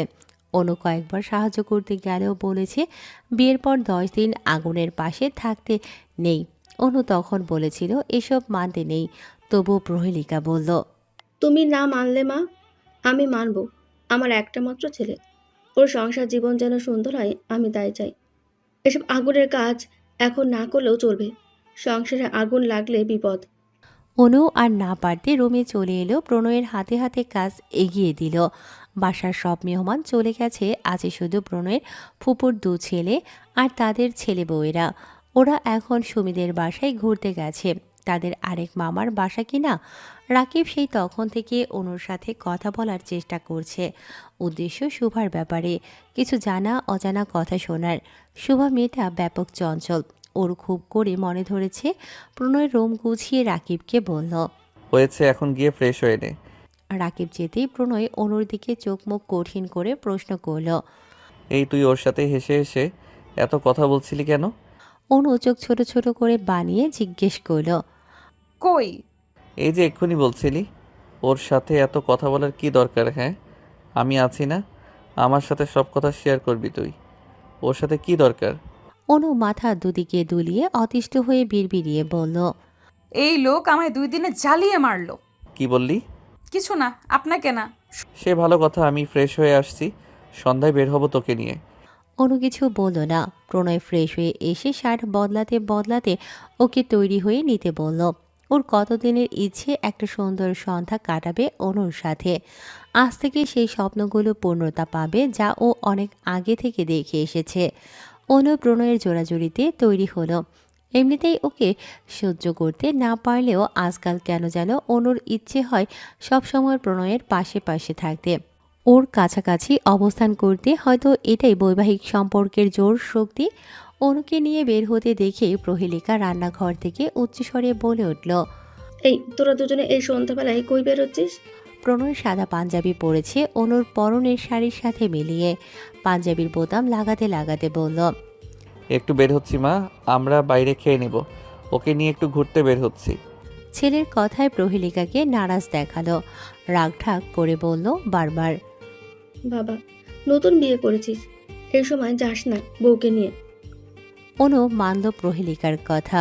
ও মুরব্বীদের কাছে শুনেছে এর আগে নতুন বৌদের মধ্যাহ্নের দুপুরে আর ভর সন্ধ্যাবেলায় ঘরের বাইরে না যেতে, এতে জিন পেতে নজরে আসার চান্স থাকে। আর ওদের বিয়ে হয়েছে মাত্র 3 দিন হয়েছে।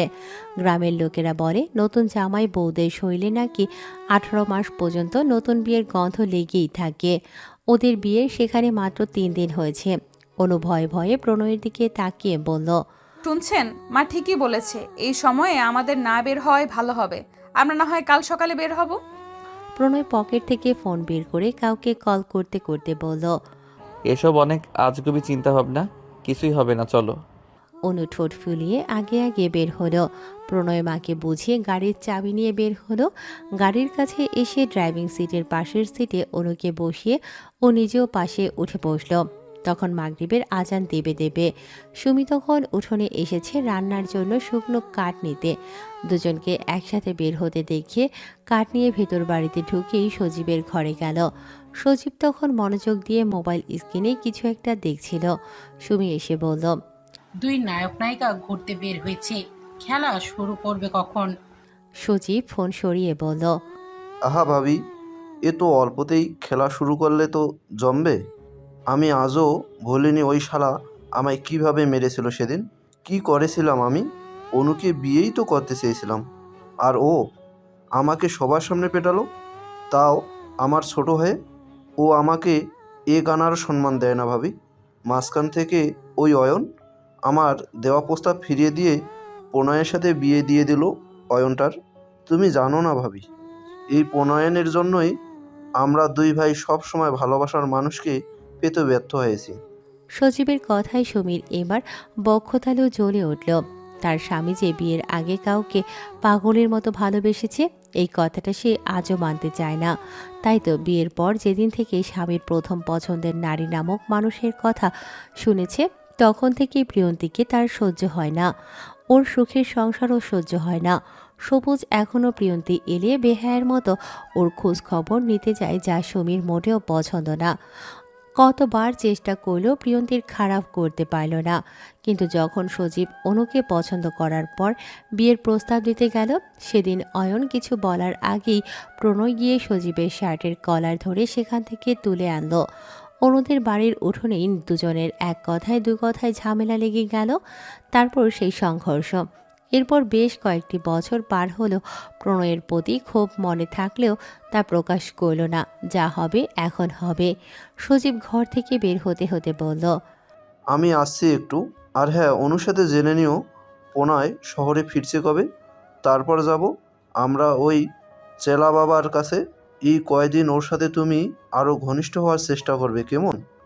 তুমি আসলে কি করতে চাইছো সজীব? আমি বুঝতে পারছি না। সজীব বাঁকা হেসে বলল, তোমার কি মনে হয় প্রণয়নের নাকের ডোকা দিয়ে তুমি ওর বউয়ের ক্ষতি করতে চাইবে আর ও তা মেনে নেবে? জানলে মাটিতে পুঁতে দেবো। তাই যা করার প্রণয়নের চোখের পেছন দিয়ে করতে হবে, যেন ও কিছুই টের না পায়। তুমি তাহলে আসলে করবে কি? তুমি জানো তো ভাবি, সব সম্পর্ক বিশ্বাস জিনিসটা দরকার। যা না থাকলে সম্পর্ক টিকে না। আমি তো শুধু দুজনের মাঝেই অবিশ্বাস শব্দটা গড়ে তুলে দেব, তারপর দেখবে কি হয়। আমার না হলে এই অনুর প্রণয়নের ও হবে না। সুমিত তাচ্ছিল্য হেসে বলল, ওদের মাঝে যে মাখো মাখো প্রেম দেখছি, তাতে তুমি যা করতে চাইছো তা হবে না, দেখে নিও। সজীব জানালার সামনে গিয়ে দাঁড়িয়ে ঘাড় চুলকে বলল, সে সময় আসুক, দেখে নিও দুজনের মাঝে ঠিক কতটা ফাটল সৃষ্টি করি আমি। সজীব আর সে রাতেই ঘুমোলো না। একের পর এক মাথায় শয়তানি চক্র করতে থাকলো, ঠিক কিভাবে ও প্রণয় আর অনুর সাজানোর সংসারে ঝামেলা সৃষ্টি করবে। অনু একটু বোকাশোকা নরম মনের হলেও প্রণয় ধূর্ত চালাক প্রকৃতির। যদি কোনোভাবে একবার জেনে যায় ওর সংসারে নজর দিয়েছে সজীব, তাহলে ওর কবর না ঘুরে ক্ষান্ত হবে না প্রণয়। তাই যা করার করতে হবে প্রণয়ের অগোচরে। পরের দিন সকাল সকাল বের হলো সজীব বাড়ি থেকে। উদ্দেশ্য নদীর পাড়ে থাকা তান্ত্রিক চালা বাবা। সে লোকটা নাকি বহু বছর ধরে মানুষের মনের ওপর প্রভাব ফেলার বিদ্যা জানে। জেলার আস্তানা নদীর পাড়ে থাকা জঙ্গলের এক কোণে বড়সড় বট গাছের নিচে। ওখানে গিয়ে দাঁড়াতেই সজীবের পুরো গা ছমছমে করে উঠল। শুকনো ঢোক গিলে সামনে এগুলো। বট গাছটার নিচে লোকটা ইট দিয়ে বাধাই করে নিয়েছে। চারদিকে লাল কাপড় দিয়ে পতাকা লাগিয়ে নিশানা বানিয়েছে। গাছের ডালে ডালেও লাল কাপড়ের দেখা মিলল। বৃদ্ধ তান্ত্রিক এখন চোখ বুজে বসে আছে সেখানে, দু পা ভাঁজ করে। ও খেয়াল করলো লোকটার সামনে নানা রকম পুঁতি, লাল কাপড় সহ পশু পাখির মাথার খুলি, হাড়গোড়, তেল চিটচিটে মোমবাতি পড়ে আছে। চোখ বন্ধ অবস্থায় মুখে কিছু অদ্ভুত মন্ত্র পড়ছে। আশেপাশে খড় পুড়িয়ে রেখেছে, যা ধোঁয়ার সৃষ্টি করে রেখেছে জায়গাটা। এর ফলে এখানের পরিবেশটা কেমন অদ্ভুত আর ভারী লাগছে। মনে হচ্ছে এখানের বাতাসেও কিছু অদৃশ্য শক্তি ঘুরছে। সজীব যেতে তিনি মন্ত্র বপা বন্ধ করে চোখ বন্ধ অবস্থাতেই কিছু বোঝার চেষ্টা করলেন। তারপর সেভাবেই বললেন, কে তুই? এখানে কেন এসেছিস? ফটাফট বলে বিদায় হ। সজীব ঢোক গিলে নিজেকে স্বাভাবিক রাখার চেষ্টা করল। ভেতরের উত্তেজনা চাপা দিয়ে বলল, আমি একটা সাহায্য নিতে এসেছিলাম, আর আপনার সহায়তা দরকার। দয়া করে আমাকে সাহায্য করুন বাবা। চালা বাবা ডান হাতের মুঠোটা নিজের নাকের কাছে ধরে কিছু একটার সুবাস টেনে নিলেন নাক দিয়ে। তারপর বললেন, কি সাহায্য চাই তোর? ফটাফট বল। সজীব আশেপাশে চাইলেও মনে ভয় আসলেও সাহস জুগিয়ে বলল, আমার এক শত্রুর বৈবাহিক জীবন দুর্বিষহ করে তুলতে চাই, তাই আপনার সাহায্য নিতে এসেছি। তুই ঠিক জায়গায় এসেছিস। চেলার কথা শুনে সজীবের মন প্রসন্ন হলো। ও ভেবেছিল তান্ত্রিক বাবা না ওকে কথা শোনায়। ওর হাসির মাঝেই লোকটা বলে উঠল, তোর কাজ হয়ে যাবে। তার জন্য প্রথমেই আমার আস্তানায় তোকে 10 জোড়া কবুতর, 4 জোড়া মোরগ উৎসর্গ করতে হবে। তারপর আমি তোর কাজ করে দেব। সজীব সময় নিল না, সাথে সাথেই বলল, জি জি জি, সব পেয়ে যাবেন। আমি যত দ্রুত সম্ভব আপনার বলে দেওয়া সব নিয়ে আসব। সজীব লোকটার তোষামত করতে বলল, জি চেলা বাবা, আমি তাহলে এখন আছি। প্রণয় তখন ঘুমোচ্ছে। অনু উঠে রোম ঝাড়ু দিয়ে বালতিতে রাখা কাপড়গুলো ব্যালকনিতে শুকোতে দিল রোদে। রোমে এসে চুল আঁচড়ে বাইরে গেল। প্রহেলিকা ফজর নামাজের পর আর ঘুমোন না। একেবারে নামাজ শেষ করে কোরআন তেলাওয়াত করে রান্না করতে আসেন। অনু এসে বলল, আমাকে রান্না করতে না দিলেও আমি সাহায্য করতে চাই। আমি রুটি বেলিয়ে দেই। প্রহেলিকা খুশি হলেন অনুর আন্তরিকতা দেখে। তিনি রুটি বেলতে দিয়ে নিজেই ভাজি করতে লাগলেন সবজি। সকালবেলার খাবারটা প্রণয়দের বাসায় শেষ করে আজ ওর ফুপিরা চলে যাবে। তাই প্রহেলিকা বিভিন্ন খাবারের পদ তৈরি করেছেন। অনুকে ডেকে প্রণয় চা দিতে বলে গেল। প্রহেলিকা কাপে ঢেলে অনুর হাতে ধরে দিয়ে বললেন, প্রণয়কে দিয়ে আয় আগে, পরে রুটি বেলিস। অনু কাপ নিয়ে রুমে চলে আসলো। প্রণয়ের দিকে বাড়িয়ে দিয়ে দাঁড়িয়ে রইল। কে বানিয়েছে? তুই বানিয়েছিস? প্রণয়ের প্রশ্নে অনু বলল, না, মা আমায় চুলার কাছে যেতে দিচ্ছে না। কি সব কুসংস্কার নিয়ে পড়ে আছে। বলে কিনা তার একমাত্র ছেলের সংসার যেন সুন্দর হয়, তাই তিনি সব মেনে মেনে চলবেন। এগুলো কি মানা দরকার? প্রণয়ের সোফায় বসে মোবাইল স্ক্রল করছিল। অনুর কথা শুনে মোবাইল অফ করে বলল, তোর আর আমার সংসার? অনু কিছু না বুঝেই তৎক্ষণাৎ বলল। হ্যাঁ। পরপর কিছু একটা বুঝতে পেরে লজ্জা পেয়ে বলল, ধরুন আপনার চা। তুই আগে কাপে চুমুক দিয়ে বল কেমন হয়েছে। পারবো না, নিন। প্রণয়ের দাঁত পিষে বলল, থাপড়িয়ে কান লাল করে দেব। যা বলেছি তাই কর, নইলে কিন্তু রাতের দেওয়ার ডোজ এখন আবার পড়বে তোর শরীরে। তুই কি তা চাস? অনু মুখ ফুলিয়ে দুই দিকে মাথা ঝাঁকিয়ে না বোঝালো। প্রণয় নিচু করে রাখা মুখের দিকে তাকিয়ে হাসল। পরপর শক্ত গলায় বলল, যা বলেছি তা করে কাপ দিয়ে যা। অনু আর সময় ব্যয় করল না। দ্রুত এক চমক লাগিয়ে কাপ সামনে টেবিলের উপর রেখে দিয়ে রান্নাঘরের রাস্তা ধরে দৌড় লাগালো। প্রণয় ওর ছুটে যাওয়ার দিকে তাকিয়ে সাবধানী স্বরে বলে উঠল, আস্তে যা পাখি, পড়ে গিয়ে ব্যথা পাবি। সকালের নাস্তা শেষ করে প্রণয় একটা চেয়ার নিয়ে বাড়ির সামনের উঠোনে রোদে বসেছে। কানে ফোন চেপে দোকানের থাকা কর্মচারীর সাথে কথা বলছে। আজ বেশ কয়েকদিন ধরে গ্রামে এসে পড়ে রয়েছে প্রণয়। দোকানের হিসেব কী করছে কর্মচারীরা আল্লাহ মালুম। ওকে যত দ্রুত সম্ভব যেতে হবে। যার সাথে কথা বলছে তার নাম মাসুদ। বয়স 22 হবে। ছেলেটা নতুন এসেছে ওর দোকানে, তবে বেশ কর্মঠ। প্রণয়ের ওকে ভালো লাগে। ছেলেটা দারুণ কথা বলতে জানে। এসব কাপড়ের ব্যবসা সামলাতে গেলে এরকম বাচাল ছেলেরই দরকার, যাতে কাস্টমারের সাথে সহজেই মিশে যেতে পারে। ছেলেটা ওকে দোকানে ফিরে যেতে বলছে বারবার করে। প্রণয় জানালো 2-1 দিনের মাঝেই সে ফিরবে। কথা বলা শেষ করে ওর চাচাদের বাড়ির দিকে চোখ মেলে চাইল। প্রণয়ের বাবারা 3 ভাই ছিলেন। দাদার জমি জমা 3 ভাই সমান অংশই পেয়েছেন। ওর চাচারা বেঁচে রইল, আর ওর বাবা বেশ কয়েক বছর আগেই হার্ট অ্যাটাকে মারা গেছেন। সেই থেকে মায়ের দেখাশোনা ও নিজেই করছে। মামাদের সহায়তায় কিছু জমি বিক্রি করে শহরের দোকান দিয়েছিল। আস্তে আস্তে ব্যবসায় লাভ হতে থাকলে সেই সব জমি আবার ফিরিয়ে আনে। চাচাদের আগেই গ্রামে ও ইট দিয়ে একতলা বাড়ি বানিয়েছে, গাড়ি কিনেছে, শহরেও জমি কিনেছে। সেখানে বাড়ি করবে, আগে হাতে টাকা হোক। ওর অল্প বয়সেই এই সফলতা অর্জন দেখে মামারা তাদের মেয়েকে বিয়ে দিতে চাইতেন প্রণয়ের সাথে। কিন্তু প্রণয় যে অনেক আগে থেকেই অনুকে বউ বানাবে বলে সিদ্ধান্ত নিয়েছে, তাই মামাদের সেই স্বপ্ন আর পূরণ হলো না। একদিন গ্রামে এসে শুনল চাচার মুখে সজীব নাকি অনুকে পছন্দ করে বলে বাবার কাছে জানিয়েছে। তার আগেই প্রণয় অয়নকে নিজের মনের কথা জানিয়েছিল। তবুও সজীব শুনল না। বিয়ের প্রস্তাব নিয়ে গেল প্রিয়ন্তীর স্বামীর কাছে। খবর পেয়ে প্রণয় গিয়ে ওকে বোঝালো, কাজ হলো না। ও কথা বাড়াতেই অয়নদের বাড়ির উঠোনেই 2 চাচাতো ভাই ঝামেলা শুরু করে দিল। সেই দিনের পর আর সজীবের সাথে প্রণয়ের সম্পর্ক স্বাভাবিক থাকেনি। আর না চাচা চাচির সাথে। এমনিতেই সবুজের জন্য ওদের সাথে সম্পর্ক আগে থেকেই একটু নড়বড়ে ছিল। ওই ঘটনার পর আরও দ্রুত তৈরি হয়েছে। 4 বছর পর প্রণয়ের বিয়ের জন্য আবারও 2 পরিবারের মাঝে দেখা সাক্ষাৎ, কথাবার্তা হচ্ছে। প্রণয়দের বাড়িটা এক সাইডে, তারপর ছোট চাচার ঘর, তারপর সজীবদের ঘর, সিরিয়াল ধরে। প্রণয় বসে বসে সজীবদের বাড়ির গেয়ে দিকেই দেখছিল। প্রণয় অনুকে অয়ন দাওয়াত করেছে দুপুরে। প্রহেলিকাকেও সাথে নিয়ে যেতে বলেছে, তবে প্রহেলিকা বলেছে আজ সে যাবে না। প্রণয় অনুকে তৈরি হতে বলেছে, হয়তো ওর তৈরি হওয়া শেষ, তাই রুমে এলো। ও নিজেও তৈরি হয়ে অনুকে নিয়ে বের হলো। যাওয়ার পথে ও বাড়ির জন্য ফলমূল, প্রান্তিকের জন্য চিপস, চকলেট নিয়ে নিল। প্রান্তিক ফুপুকে পেয়ে খুব খুশি। তার সাথে আবার তার মামাও এসেছে। দুপুরের খাবার খেয়ে বিকেলের দিকে প্রণয় অনুকে নিয়ে নিজের বাড়ি ফিরল। প্রণয় কাল সকালেই আবার চলে যাবে বাসায়, গিয়ে মায়ের বাজারের লিস্ট নিয়ে বাজার করে দিয়ে যেতে হবে। অনুর মন খারাপ। প্রণয় চলে গেলে তার একা একা লাগবে বাসায়। প্রণয় বুঝতে পারল, তবে ওর মনটা ভালো লাগায় ছেয়ে গেল। এখন থেকে মায়ের পাশাপাশি অনুও তার কথা চিন্তা করবে।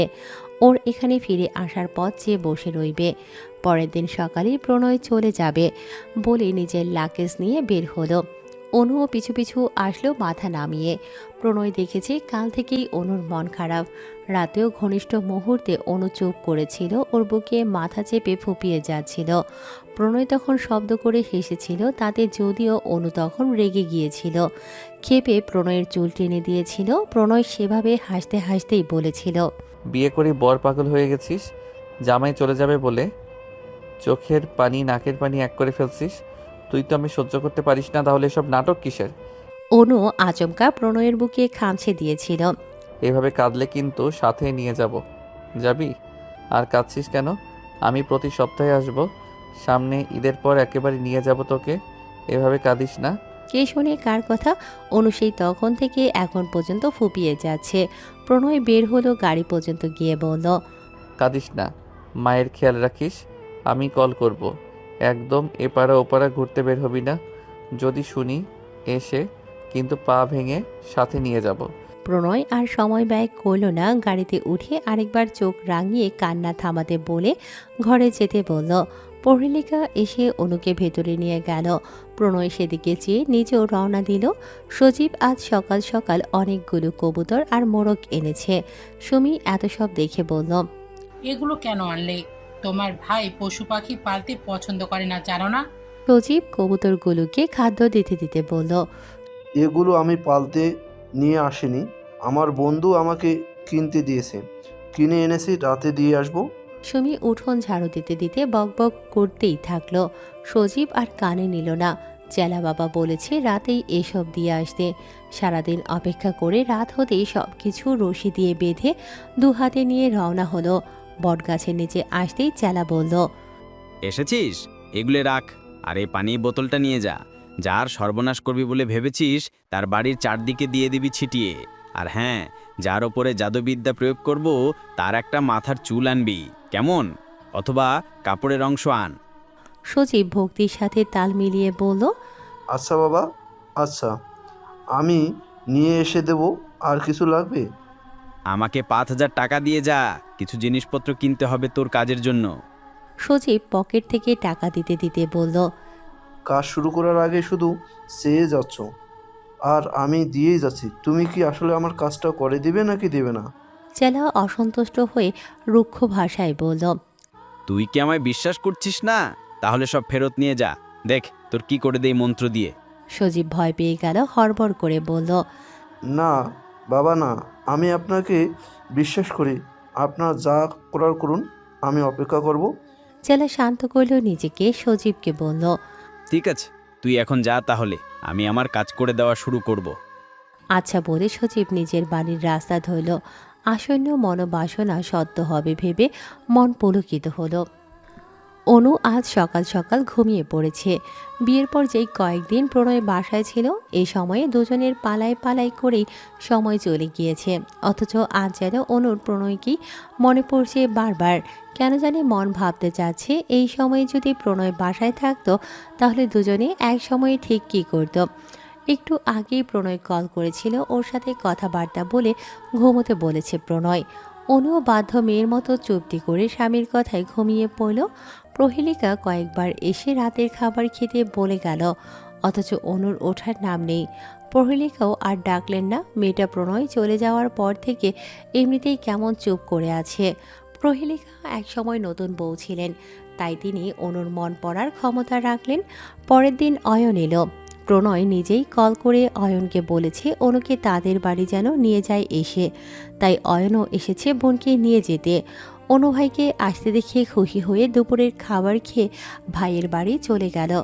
সজীব আর সুমি অবশ্য এতে খুশি হলো না খুব একটা, কেননা ওর পার্সোনাল পরিধানের কাপড়ের অংশ ও মাথার চুল সংগ্রহ করতে হবে। যদি অনুই না থাকে এখানে, তবে এসব কেমন করে সংগ্রহ করবে?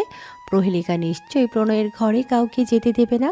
তোমার ভাই আমাকে একটুও ভালোবাসে না, বুঝলে ভাবি? বিয়ের আগে ওসব এমনি এমনি পাগলামো করে দেখিয়েছে যেন খুব সহজেই আমাকে পেয়ে যায়। যেই বিয়ে হলো আমাকে ফেলে একা একা চলে গেল। প্রিয়ন্তী ঘরের সামনে সিঁড়িতে বসে অনুর মাথায় বিলি কেটে উকুন দেখছিল। ননদের এই অভিমানী স্বরে তার কেন জানি হাসি পেল। প্রিয়ন্তী আড়ালে হাসলেও তবে মুখে বলল, কেন? তোর এমন কেন মনে হচ্ছে? অনু ঠোঁট ফুলিয়ে বলল, যাওয়ার সময় গদগদ করে বলে গেল সামনের সপ্তাহেই আসবো, অথচ 10 দিন হয়ে গিয়েছে, তার আসার নাম নেই। আর এই বিয়ের জন্য কয়েকদিন দোকানের হিসেবে বসতে পারিনি, তাই এমন চুপচাপ পড়েছে, চলে আসবে। অনু মেজাজ দেখিয়ে প্রিয়ন্তীর সামনে থেকে উঠে দাঁড়ালো, মাথায় লম্বা চুলে চিরুনি চালিয়ে বলল, জানতাম তুমি ভাইয়ের হয়েই কথা বলবে। আমি তো আর তোমার কেউ না, ভাই যে তোমার আপন। আমি কোথাকার ঝি? আহা, রাগ করছিস কেন? চলে আসবে প্রণয়। এইদিকে আয়, চুলে তেল লাগিয়ে দেই। অনু ঘরে যেতে যেতে বলল, আমার মাথায় লাগাতে হবে না, ভাই এলে ভাইয়ের মাথায় দিয়ে দিও। অনুর মেজাজ খারাপ দেখে প্রিয়ন্তী এবার একা একাই হেসে ফেলল শব্দ করে।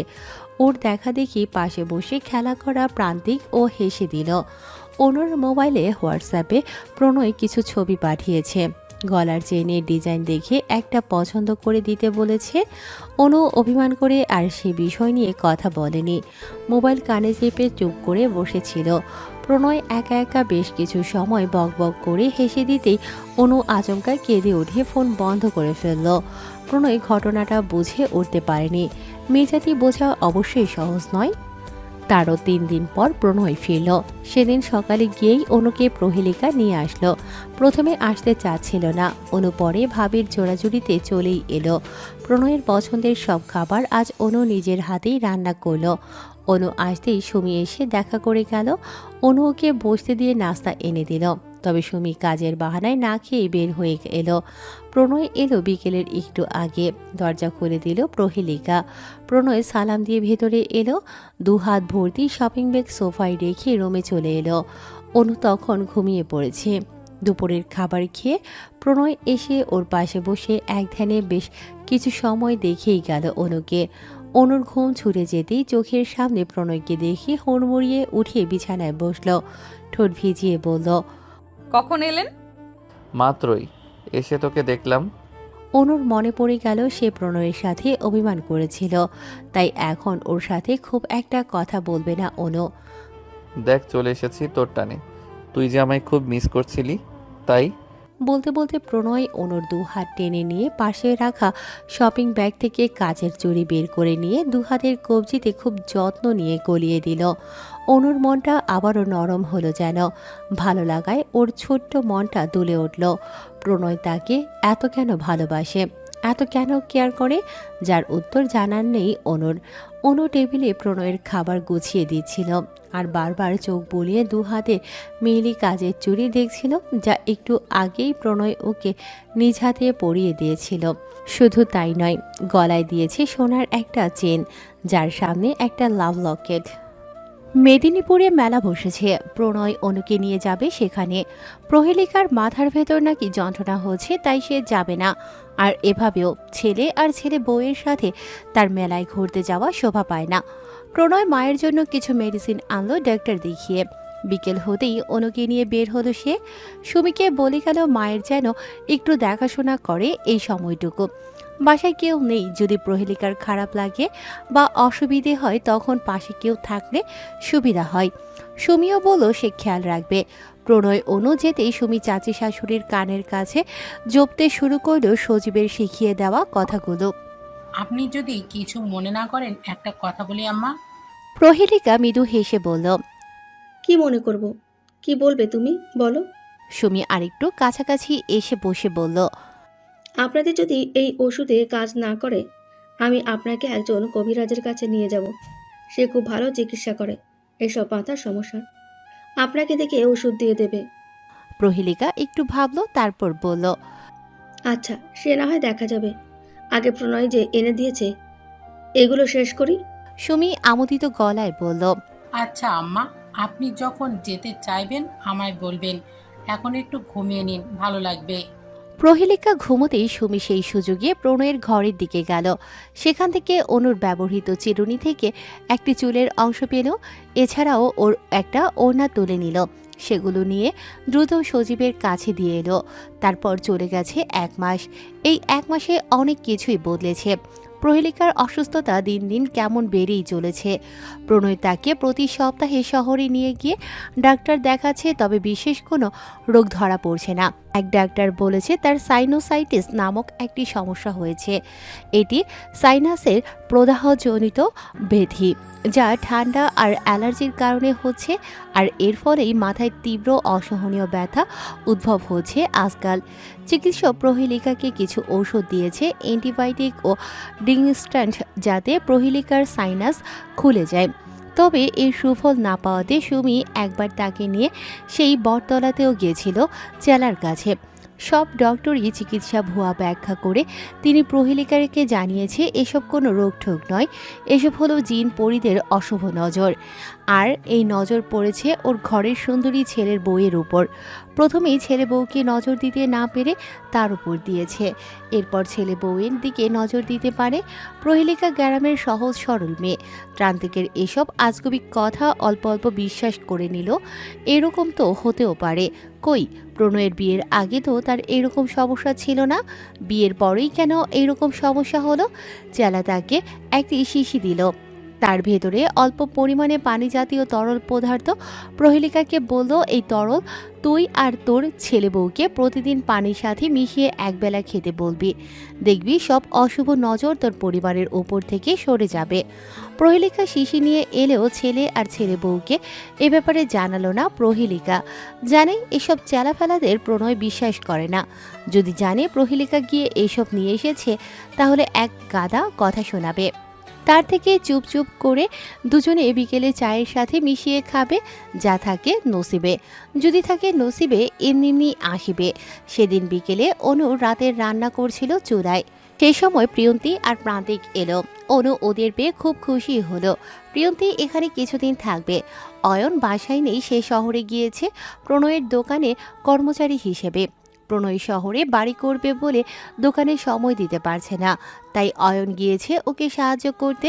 প্রিয়ন্তী মায়ের কাছে বসেছিল আর প্রান্তিক অনুর কাছে। অনু ওকে আদর করে করে ভাত মাখিয়ে খাইয়ে দিয়েছিল। প্রিয়ন্তী এসেছে তা জানতো না সুমি। এসে ওকে দেখে ভেতরটা জ্বলে উঠল। তার আজকেও সবুজের সাথে ঝামেলা হয়েছে, আর প্রত্যেকবার ঝামেলার পর সুমি ভাবে ওকে সবুজ আসলে ভালোবাসে না, এখনও সেই প্রিয়ন্তীর পেছনেই পড়ে আছে। তাই তো ওর সাথে নিত্যদিনের ঝামেলা লেগেই থাকে। সুমি শুধু সৌজন্যতার খাতিরে কিছু কথা বলে চলে গেল। অনু সুমির চলে যাওয়ার দিকে তাকিয়ে আবারও প্রান্তিককে খাইয়ে দিতে থাকলো। খাওয়া শেষ করতেই অনু বেসিনে হাত ধুয়ে ওর রুমে এলো। কেমন যেন মাথা ব্যথা করে আজকাল ওর, একদম শাশুড়ি মায়ের মতো সমস্যা।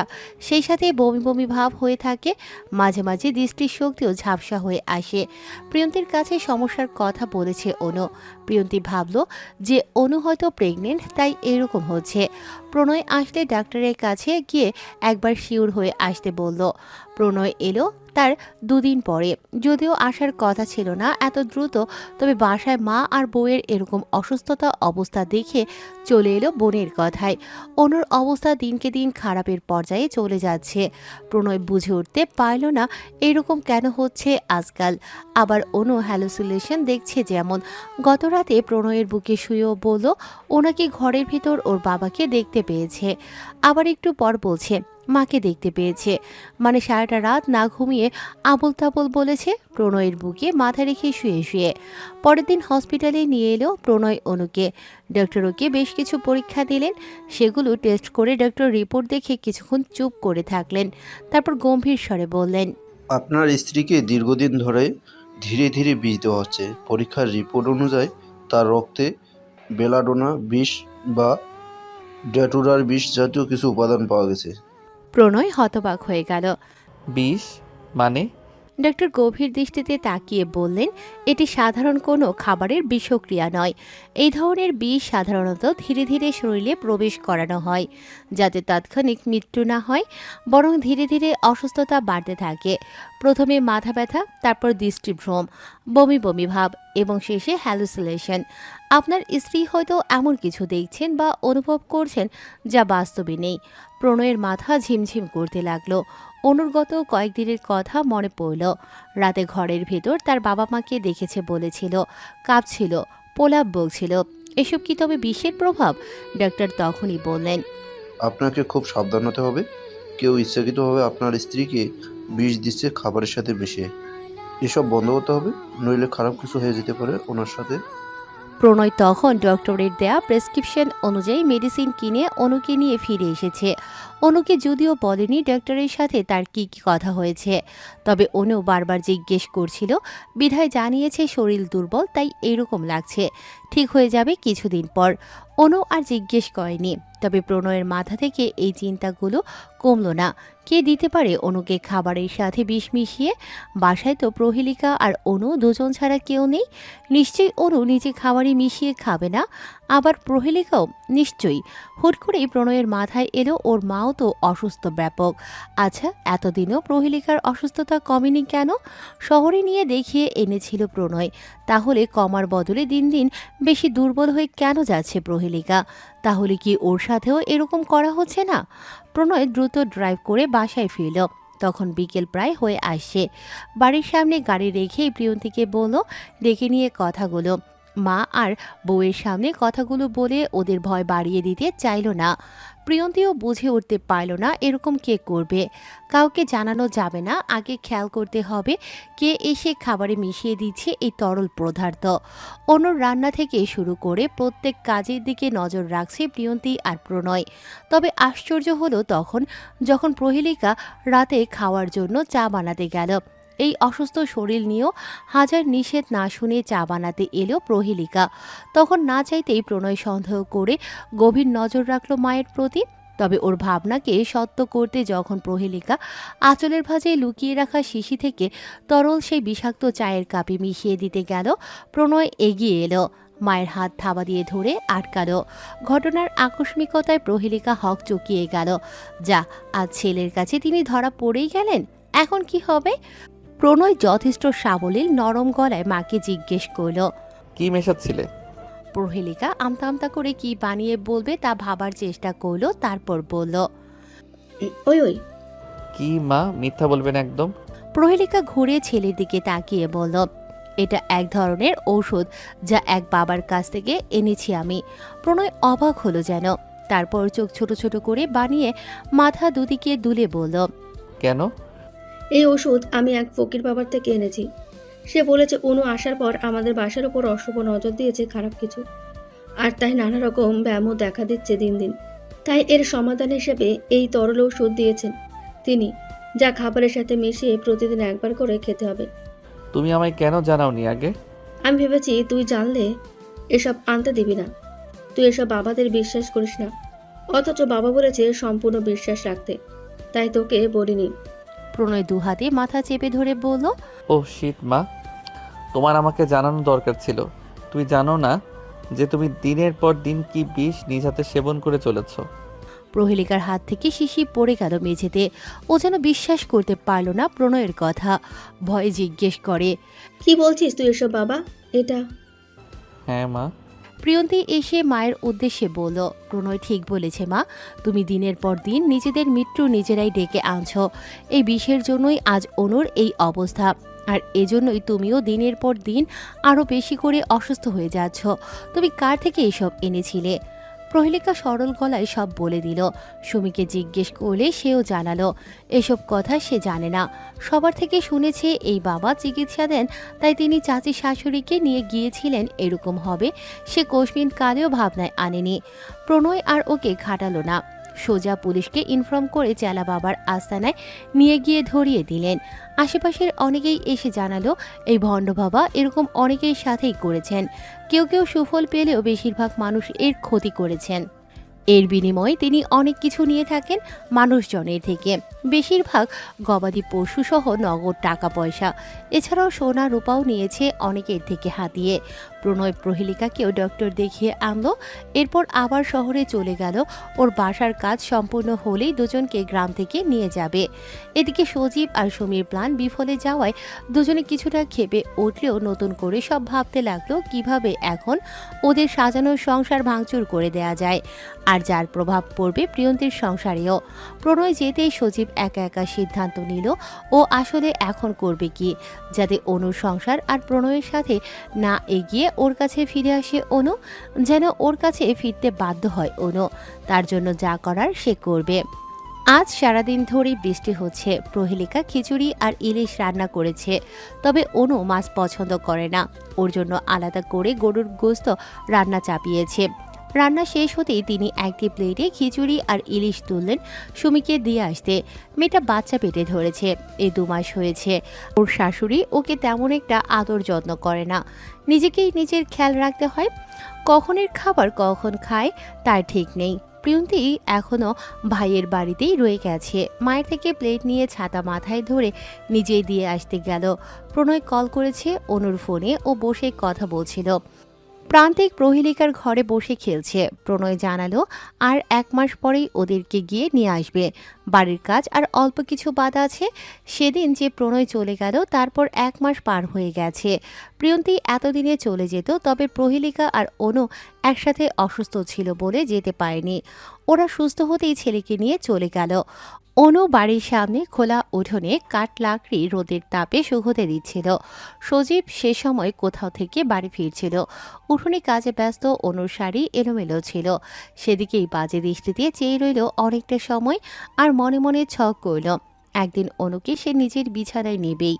যখন অনু কাজ শেষ করে ভেতরের বাড়ি চলে গেল, তখন আড়াল থেকে সজীবও নিজের বাড়ি চলে গেল। সকাল সকাল অনু পুকুরে নেমেছে শাশুড়ি আর নিজের ব্যবহার করা জামাকাপড় ধুয়ে দিতে। প্রণয়দের ঘরের পেছনেই এই পুকুর, নিজেদের জমিতে। পুকুরের পানি পরিষ্কার বলে এই পানিতেই নেমেছে অনু। সেই সময় সুযোগ বুঝে চলে এলো সজীব। অনু সামনের দিকে তাকিয়ে কাজ করছিল বিধায় পেছনে সজীবকে খেয়াল করেনি। আচমকা কেউ ওকে ধাক্কা দিয়ে পানিতে ফেলতে নাক মুখ দিয়ে পানি ঢুকে গেল অবাধে। পা পিছলে যাওয়াতে পায়ে মারাত্মক ব্যথা অনুভব হলো। নিজেকে ধাতস্থ করতে সময় লাগলো। সাঁতার জানা থাকায় পানিতে ভেসে বাধাই করা সিঁড়ির শেষ ধাপে সজীবকে দেখে রাগ হলো। ভেজা শরীরে পানি থেকে উঠে আসায় প্রত্যেক অঙ্গের ভাঁজ স্পষ্ট দেখা যাচ্ছিল। আশ্চর্য, এভাবে পানি ফেলে দিলেন কেন? কি এমন করলাম বড় ভাইয়ের আদরের বউ যে এত রেগে উঠলে? দেবর হই, তোমার মাঝে মাঝে মজা নিতে আসতেই পারি। তারপর মাথাটা নামিয়ে অনুর কানের কাছে মুখ রেখে আস্তে ধীরে বলল, কি পারি না? সজীবের এহেন কাজে অনু নিজেকে গুটিয়ে মাথা পেছনের দিকে হেলিয়ে নিল। তারপর চোয়াল শক্ত করে হাত তুলে সজীবের গালে শক্ত এক চর বসিয়ে দিল। নজর ঠিক জায়গায় রাখবি বেয়াদব একটা।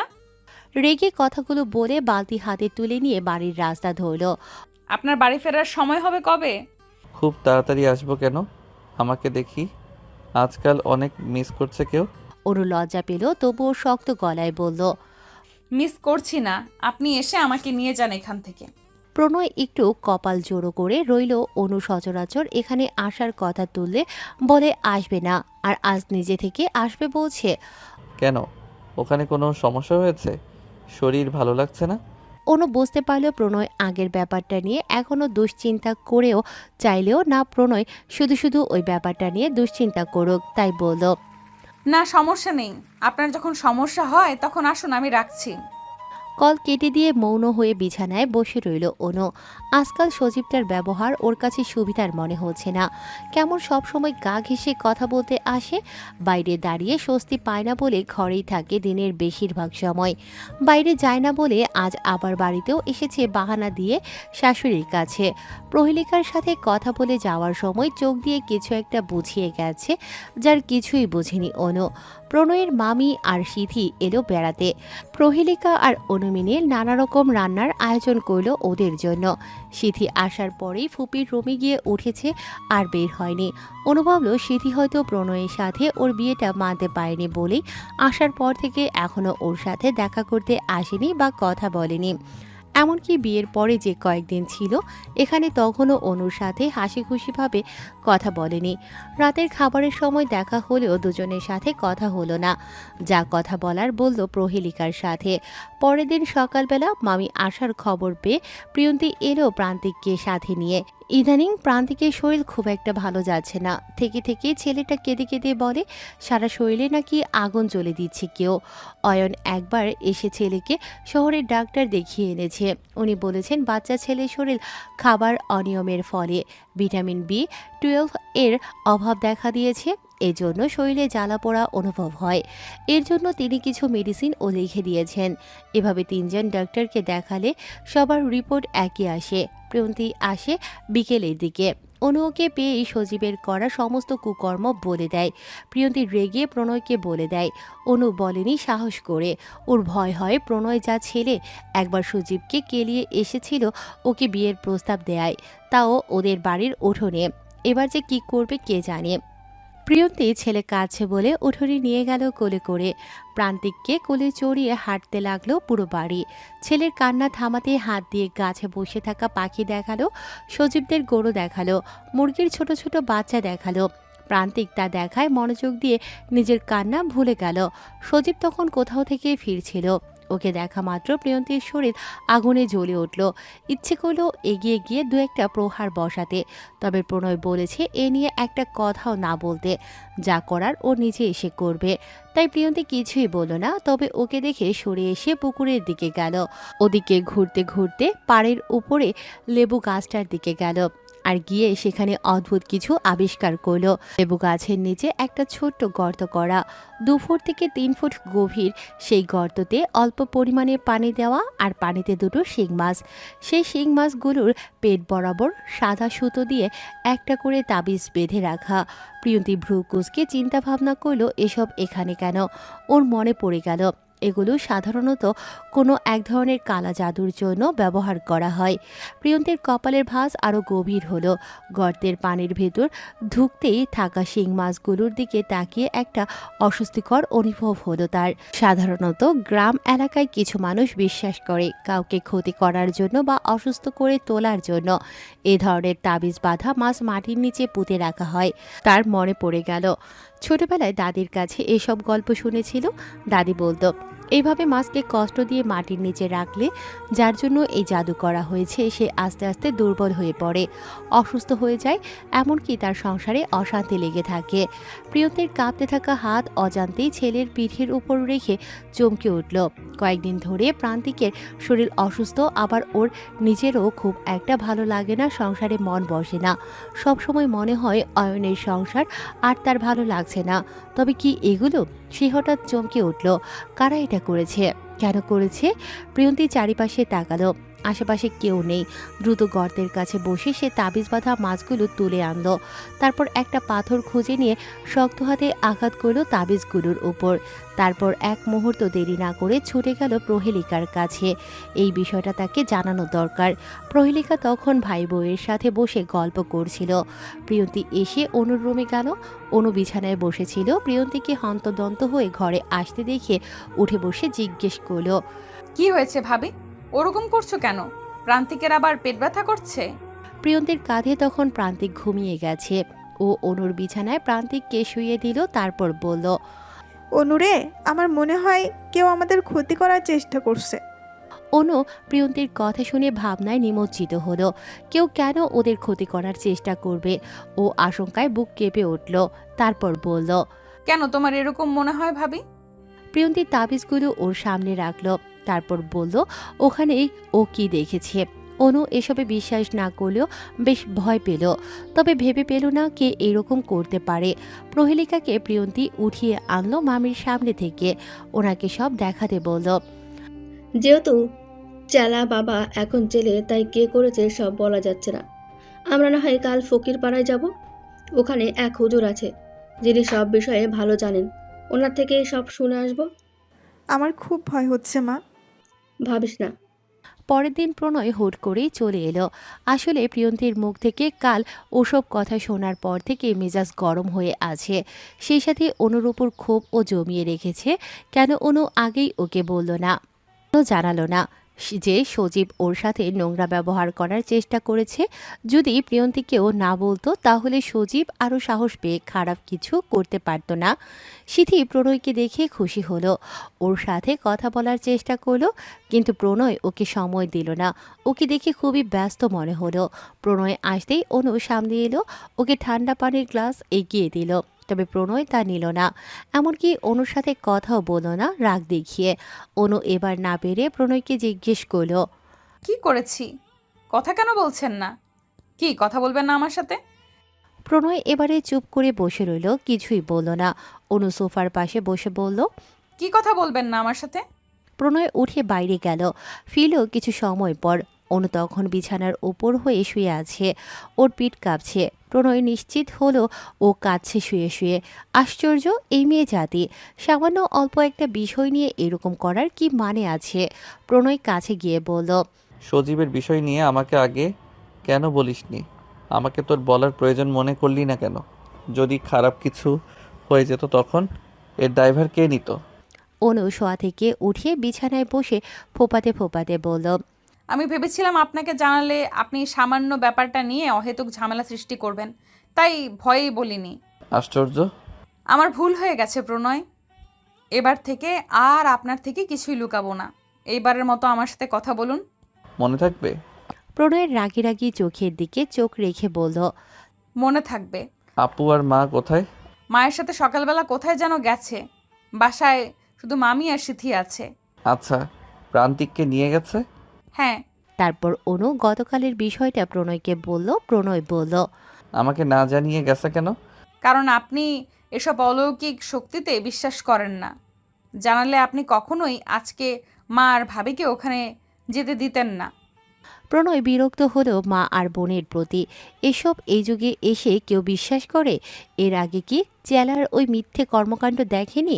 প্রণয় নিজেই তো ধরিয়ে দিল বেড়াকে। তাও প্রিয়ন্তী আর প্রহেলিকা সেই হুজুরের সামনে সব রাখল। তিনি এসব দেখে বললেন, এই কাজ ইসলামের সম্পূর্ণ হারাম এবং শিরক। শয়তান মানুষকে বিভ্রান্ত করার জন্য এসব কাজে লিপ্ত করে। প্রিয়ন্তী উদ্গ্রীব হয়ে জিজ্ঞেস করল, কিন্তু হুজুর, কেউ যদি সত্যি এসব দিয়ে ক্ষতি করতে চায় তাহলে কি আমরা বিপদে পড়ব? হুজুর মৃদু হেসে বললেন, বিপদ আবাদ সব আল্লাহর ইচ্ছার উপর নির্ভর করে। আল্লাহ ছাড়া কোনো কিছুই কারো ক্ষতি করতে পারে না। কোরআনে এসেছে, তারা কারো কোনো ক্ষতি করতে পারে না যতক্ষণ না আল্লাহ অনুমতি দেন। আমাদের সূরা ফালাক, সূরা নাস, আয়াতুল কুরসি নিয়মিত পড়তে হবে। রাসূল সাল্লাল্লাহু আলাইহি সাল্লাম বলেছেন, যে ব্যক্তি সকাল বিকাল 3 বার এই দোয়া পড়বে তাকে কোনো ক্ষতি স্পর্শ করবে না। প্রহেলিকা চিন্তিত গলায় বলল, তাহলে যারা ফকির তান্ত্রিকদের কাছে যায়? হুজুর গভীরভাবে তাকিয়ে বললেন, রাসূল সাল্লাল্লাহু আলাইহি সাল্লাম বলেছেন, যে ব্যক্তি জাদুকরের কাছে যায় এবং তার কথা সত্য মনে করে, সে মুহাম্মদ সাল্লাল্লাহু আলাইহি সাল্লামের ওপর অবতীর্ণ ধর্মের সাথে কুফরি করল। প্রিয়ন্তী আতঙ্কিত হয়ে বলল, তাহলে এসব তাবিজ কি করব? হুজুর বললেন, এসব ধ্বংস করে দাও, তবে আল্লাহর ওপর ভরসা রাখো। মানুষের ক্ষতি করার ক্ষমতা শুধু আল্লাহর হাতেই। কিন্তু হুজুর, বেশ কয়েকদিন ধরেই আমার ছেলের অসুস্থতা আর আমার মন মেজাজ ভালো যাচ্ছে না। আমার মনে হয় এই শিরক কাজগুলো আমারও আমার ছেলের সাথেই করা হচ্ছে। হতে পারে। আমি দেখেছি এই তাবিজের ভিতরে কাগজে কার কার নাম লেখা আছে। হুজুর তাবিজগুলো খুলল। তার ভেতর থেকে মোটা কাগজ বের করে দেখে নিয়ে বললেন, এগুলো জাফরান কালি দিয়ে লেখা আছে। দেখে বোঝা যাচ্ছে এগুলো প্রাচীন ভাষা দিয়ে লেখা আছে। আর তোমার ধারণা সঠিক, একটাতে তোমার আর তোমার ছেলের নাম লেখা, আরেকটাতে অনু নামের কারো নাম লেখা। কি বললেন? একটাতে অনুর নাম দেওয়া, তার মানে যে করেছে সে আমাদের 3 জনের ক্ষতি চাইছে? হ্যাঁ, ভয়ের কিছু নেই। আল্লাহ তাআলা ব্যতীত কেউ কারো ক্ষতি করতে পারেন না। কালো জাদু ও মন্ত্র তন্ত্র ইসলামের কঠোরভাবে নিষিদ্ধ এবং এটি শয়তানি কাজ হিসেবে গণ্য করা হয়। যারা এই কাজে লিপ্ত হয় তারা আল্লাহর নির্দেশের বিরোধিতা করে এবং শয়তানের অনুসারী হয়। এর প্রভাব থেকে মুক্ত থাকতে চাইলে সূরা ফালাক ও সূরা নাস প্রতিদিন সকালে ও রাতে 3 বার করে পড়বে। আয়াতুল কুরসি পড়লে শয়তান প্রভাব থেকে রক্ষা পাওয়া যায়। সকল কাজের শুরুতে বিসমিল্লাহ বলুন। যে কোনো কাজের শুরুতে, এতে জাদুর প্রভাব কমে যায়। যারা এসব জাদুকর ও তান্ত্রিক তাবিজওয়ালাদের বিশ্বাস করে তাদের থেকে দূরে থাকুন। বিশুদ্ধ আকীদা বজায় রাখুন এবং শুধু আল্লাহর উপর ভরসা করুন। সবচেয়ে বড় কথা, কোনো প্রকার জাদুতে বিশ্বাস করা, তাবিজ কবজ করা বা মন্ত্রতন্ত্রের সাহায্য নেওয়া শিরক, যা ইসলামের সম্পূর্ণ হারাম। প্রহেলিকা মেয়েকে শান্ত হতে বলে হুজুরকে বললেন, আমরা বুঝবো কিভাবে কে আমাদের ক্ষতি করার চেষ্টা করেছে? সে কে? সে কে তা আমি জানি না। আমি শুধু এর প্রভাব থেকে মুক্ত থাকার যুক্তি দিতে পারি। আর হ্যাঁ, যে ক্ষতি করতে চাচ্ছে সে হয়তো তোমাদের নিকট আত্মীয়, যে তোমাদের ভালো চাচ্ছে না। যে ওপরে ওপরে তোমাদের সাথে তোষামত করে চললেও আসলে সে তোমাদের ক্ষতি করার চেষ্টায় মুখিয়ে থাকে। তোমরা সাবধানে থেকো আর খেয়াল রাখবে কে এসব করতে পারে। কোনো না কোনোভাবে বুঝে যাবে যদি সকলের উপরে নজর রাখো। জি হুজুর, এখন তাহলে আমরা আসছি। আচ্ছা। প্রিয়ন্তী আর প্রহেলিকা যখন হুজুরের সাথে দেখা করে বাড়ি ফিরল তখন বাড়ির উঠোনে পা রেখেই চমকে উঠল বিভৎস দৃশ্য দেখে। সজীবকে কাঁঠাল গাছের সাথে দড়ি দিয়ে পেঁচিয়ে বেঁধে প্রণয় আজ দ্বিতীয়বারের মতো বেধড়ক মারধর করছে। অনু বারান্দায় দাঁড়িয়ে ভীতু চোখে ওদিকেই চেয়ে রয়েছে। অনুর পাশে সিথি আর ওর মা দাঁড়িয়ে দাঁড়িয়ে দেখছে প্রণয়কে থামাতে চেষ্টা করছে। সবুজ আর ওর বাবা মিলে তা পারছে না। সুমি ও পেট নিয়ে এগিয়ে আসতে পারছে না ওর শাশুড়ি এখন বাড়ি নেই। আশেপাশের মানুষ এসে সবাই মিলে প্রণয়কে আটকালো। প্রহেলিকা আর প্রিয়ন্তী এসে ছেলেকে বুঝিয়ে নিজেদের কাছে টেনে রাখলো। এত সময়ের আশেপাশের সবাই জেনে গেছে সজীব অনুর সাথে খারাপ আচরণ করেছে, সেই জন্য তো কেউ এগিয়ে আসতে চাচ্ছিল না প্রথমে। তবে প্রণয়কে ভয়ঙ্কর হয়ে উঠতে দেখে থামিয়েছে, নইলে সজীব আজ শেষ হয়ে যেত। সবাই সজীবকে বাজে ছেলের আখ্যা দিয়ে নানা রকম ইতিবাচক কথা শোনালো। যারা এতদিন সজীবকে ভালো ছেলে হিসেবে জানতো তারাও কথা শোনালো। প্রণয়কে ক্ষিপ্ত দেখে সিথি ওর মায়ের কানের কাছে গিয়ে বলল, আম্মু, অনুর সাথে সামান্য টিচ করে সজীবকে কি করলো দেখলে? আর আমাদেরকে ছাড়বে? চলো চলে যাই এখান থেকে। যদি কিছু জানাজানি হয় তবে ওই সুমি ফাঁসবে। এখানে যদি আরও থাকি না তবে দেখবি অনুর জন্য আমরা। সিথির মা মুখ ঝামটে বলল, তুই থামবি? এরকম কিছুই হবে না। তোর ফুপু এসেছে, আমাদের না বলে শপিং করে ফিরবে। কই শপিং? খালি হাতে কেন এসেছে? সিথি মায়ের কথায় বিরক্ত হয়ে বলল, জানি না আম্মু, তুমি বাড়ি যাবে কি যাবে না। ভয় পাচ্ছিস কেন? আমি আছি না। দেখবি অনুর এবার একটা হেস্তনেস্ত করেই যাব বাসায়। তুমি থাকো তবে, আমি আজই চলে যাব। বাবা, কি ভয়ঙ্কর হয়ে ওঠে প্রণয় তার বউয়ের জন্য। আমার ওর বউ হওয়ার দরকার নেই।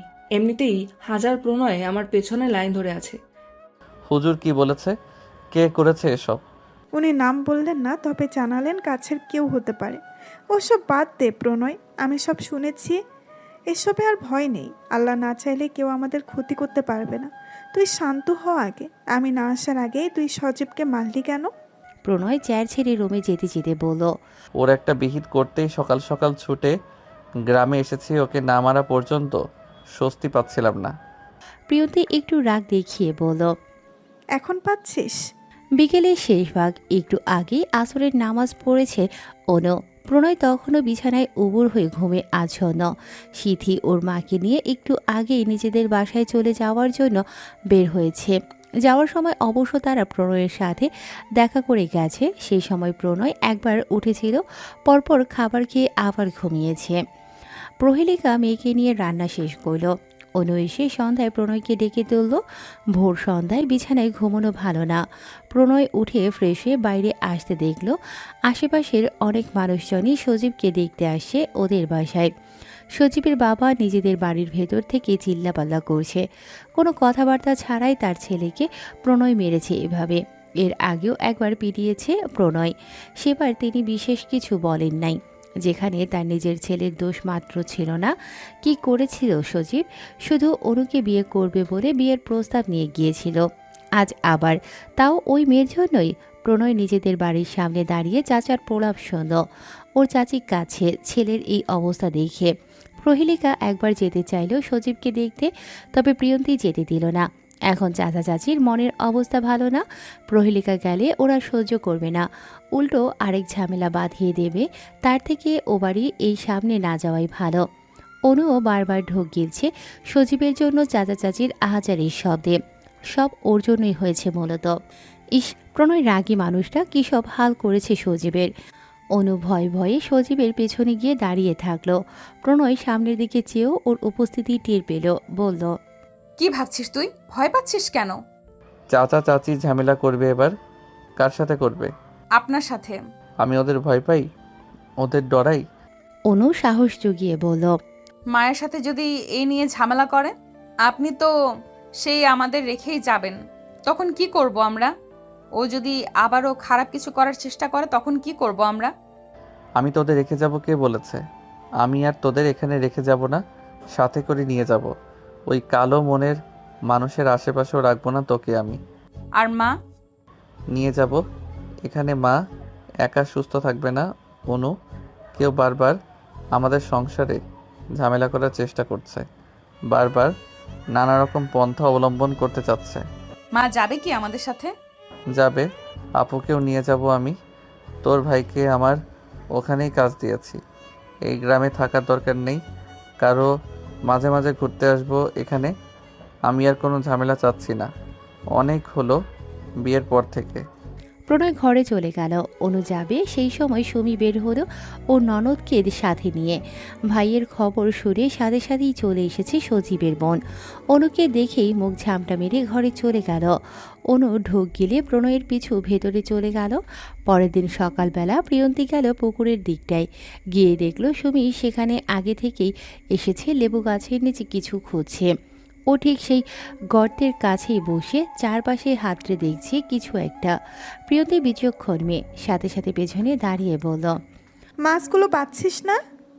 সুমি হঠাৎ প্রিয়তির কথা শুনে চমকে গেল। ভয়ে গলা কাঠ হয়ে শুকিয়ে এলো। এখন কি বলবে ও? শেষমেশ এভাবেই ধরা পড়ে গেল। প্রিয়তি হেলে ওর হাত ধরে টেনে দাঁড় করালো, ক্ষিপ্ত গলায় বলল, এতদিন তুই সব করেছিস না? আমার মাকে ভুলভাল বুঝিয়ে চালার কাছে গিয়ে গেলি, সেখান থেকে বিষাক্ত মেডিসিন এনে দিলি, এখন আবার কুফরি কাজে সামিল হচ্ছিস, তাই না? কি জন্য এত হিংসে করছিস?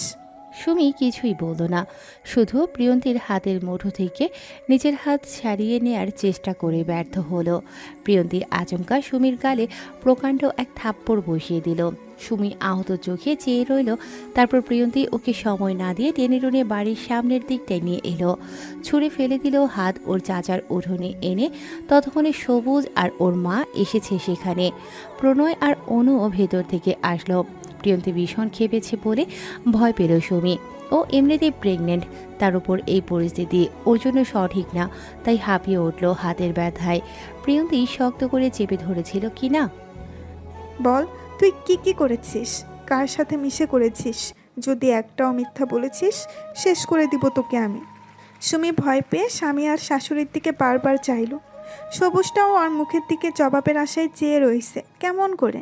কি করেছে সুমি? শাশুড়ির কথায় সুমি কেঁদে উঠল। ও ভয় পেয়ে গেল সকালে সজীবের অবস্থা মনে করে। প্রণয় আর প্রিয়ন্তী দুজনে এইরকম শুনেছে, রাগ উঠে গেলে এদের মাথা ঠিক কাজ করে না। সুমি ফোপাতে শুরু করলো। ও জানে এখনও যত মিথ্যেই বলুক না কেন প্রিয়ন্তী সত্যিটা বের করবেই। শুধু মিথ্যে বললে পরিস্থিতি আরও ভয়াবহ আকার ধারণ করবে। আমি কিছু করিনি। আমি বলবো, সবুজ ভাই তোমার বউকে সামলাও। সে নানাভাবে খারাপ করতে চাইছে আমাদের সংসারের, যার প্রত্যেকটা প্রমাণ আমার কাছে আছে। তুমি তোমার বউকে বলতে বলো কেন ও এরকম হিংসে করছে আমাদেরকে। সবুজ সুমির পাশে বসে জিজ্ঞেস করাতে সুমি কেঁদে কেঁদে নিজের হিংসের কারণ বলতেই সবুজ ক্ষেপে উঠল। এতগুলো দিন সংসার করার পরেও সুমির এরকম চিন্তা ধারণা কেন? প্রণয় আবারও ক্ষেপে উঠে সজীবকে মারতে চায়। ওর সাহস কি করে হয় এসব সুমির সাথে মিশে করার? তবে অনুর অনুরোধে আর কিছুই করল না। চাচার সাথে বসে এ নিয়ে কথা বলল। ওর চাচা প্রথমে প্রণয়ের আঘাত করাতে মনোকষ্ট পেলেও পরে ছেলের ভুলের কথা জেনে লজ্জা পেলেন খুব, আর জানালেন এরপর এরকম ভুল করলে তিনি আর ছেলের বিরুদ্ধে কথা বলবে। প্রণয়ও নিজের চাচাতো ভাই বলে আর পুলিশকে জানালো না ব্যাপারটা। এমনিতেই সকালের প্রহারের জন্য বেশ কিছুদিন ভুগতে হবে ওকে, বাকিটা না হয় বাদই থাকুক। প্রণয় অনুকে নিয়ে ফিরল। ওকে বিছানায় বসিয়ে অনুর কোলে নিজের মাথা রাখলো। অনুর হাত টেনে চুলের ভাঁজে দিতে দিতে বলল, মালিশ করে দে। তার কিছুদিন পর আকস্মিকভাবে সুমির পেটের বাচ্চাটা নষ্ট হয়ে গেল। বাচ্চা হারিয়ে সুমি শোকাহত হলো। প্রিয়ন্তীর ক্ষতি চাইতে গিয়ে ওর নিজেরই ক্ষতি হয়ে গেল। প্রিয়ন্তীর ছেলে এখন পুরোপুরি সুস্থ। মামার সাথে আজ তারা চলে যাবে শহরে। অনুকে নিয়ে গেছে অনেক আগেই। অনু 3 মাসের অন্তঃসত্ত্বা, তাই প্রণয় প্রহেলিকা শহরে নিয়ে যাবে। ওখানে অনুর দেখাশোনা করতে হবে না। সজীব এখন অল্প অল্প সুস্থ হয়েছে। সুমি বসে বসে ভাবছিল জীবনটা আসলে সমান্তরাল পথ, কখন কোথায় বাঁক নেয় কেউ জানে না। এই যেমন ওর জীবনটাও কেমন অল্পতেই বাঁক নিল। নিজের দোষ, অথচ সরল মানুষগুলো ঠিকই জীবন গুছিয়ে নিল নিজের মনের মতো করে।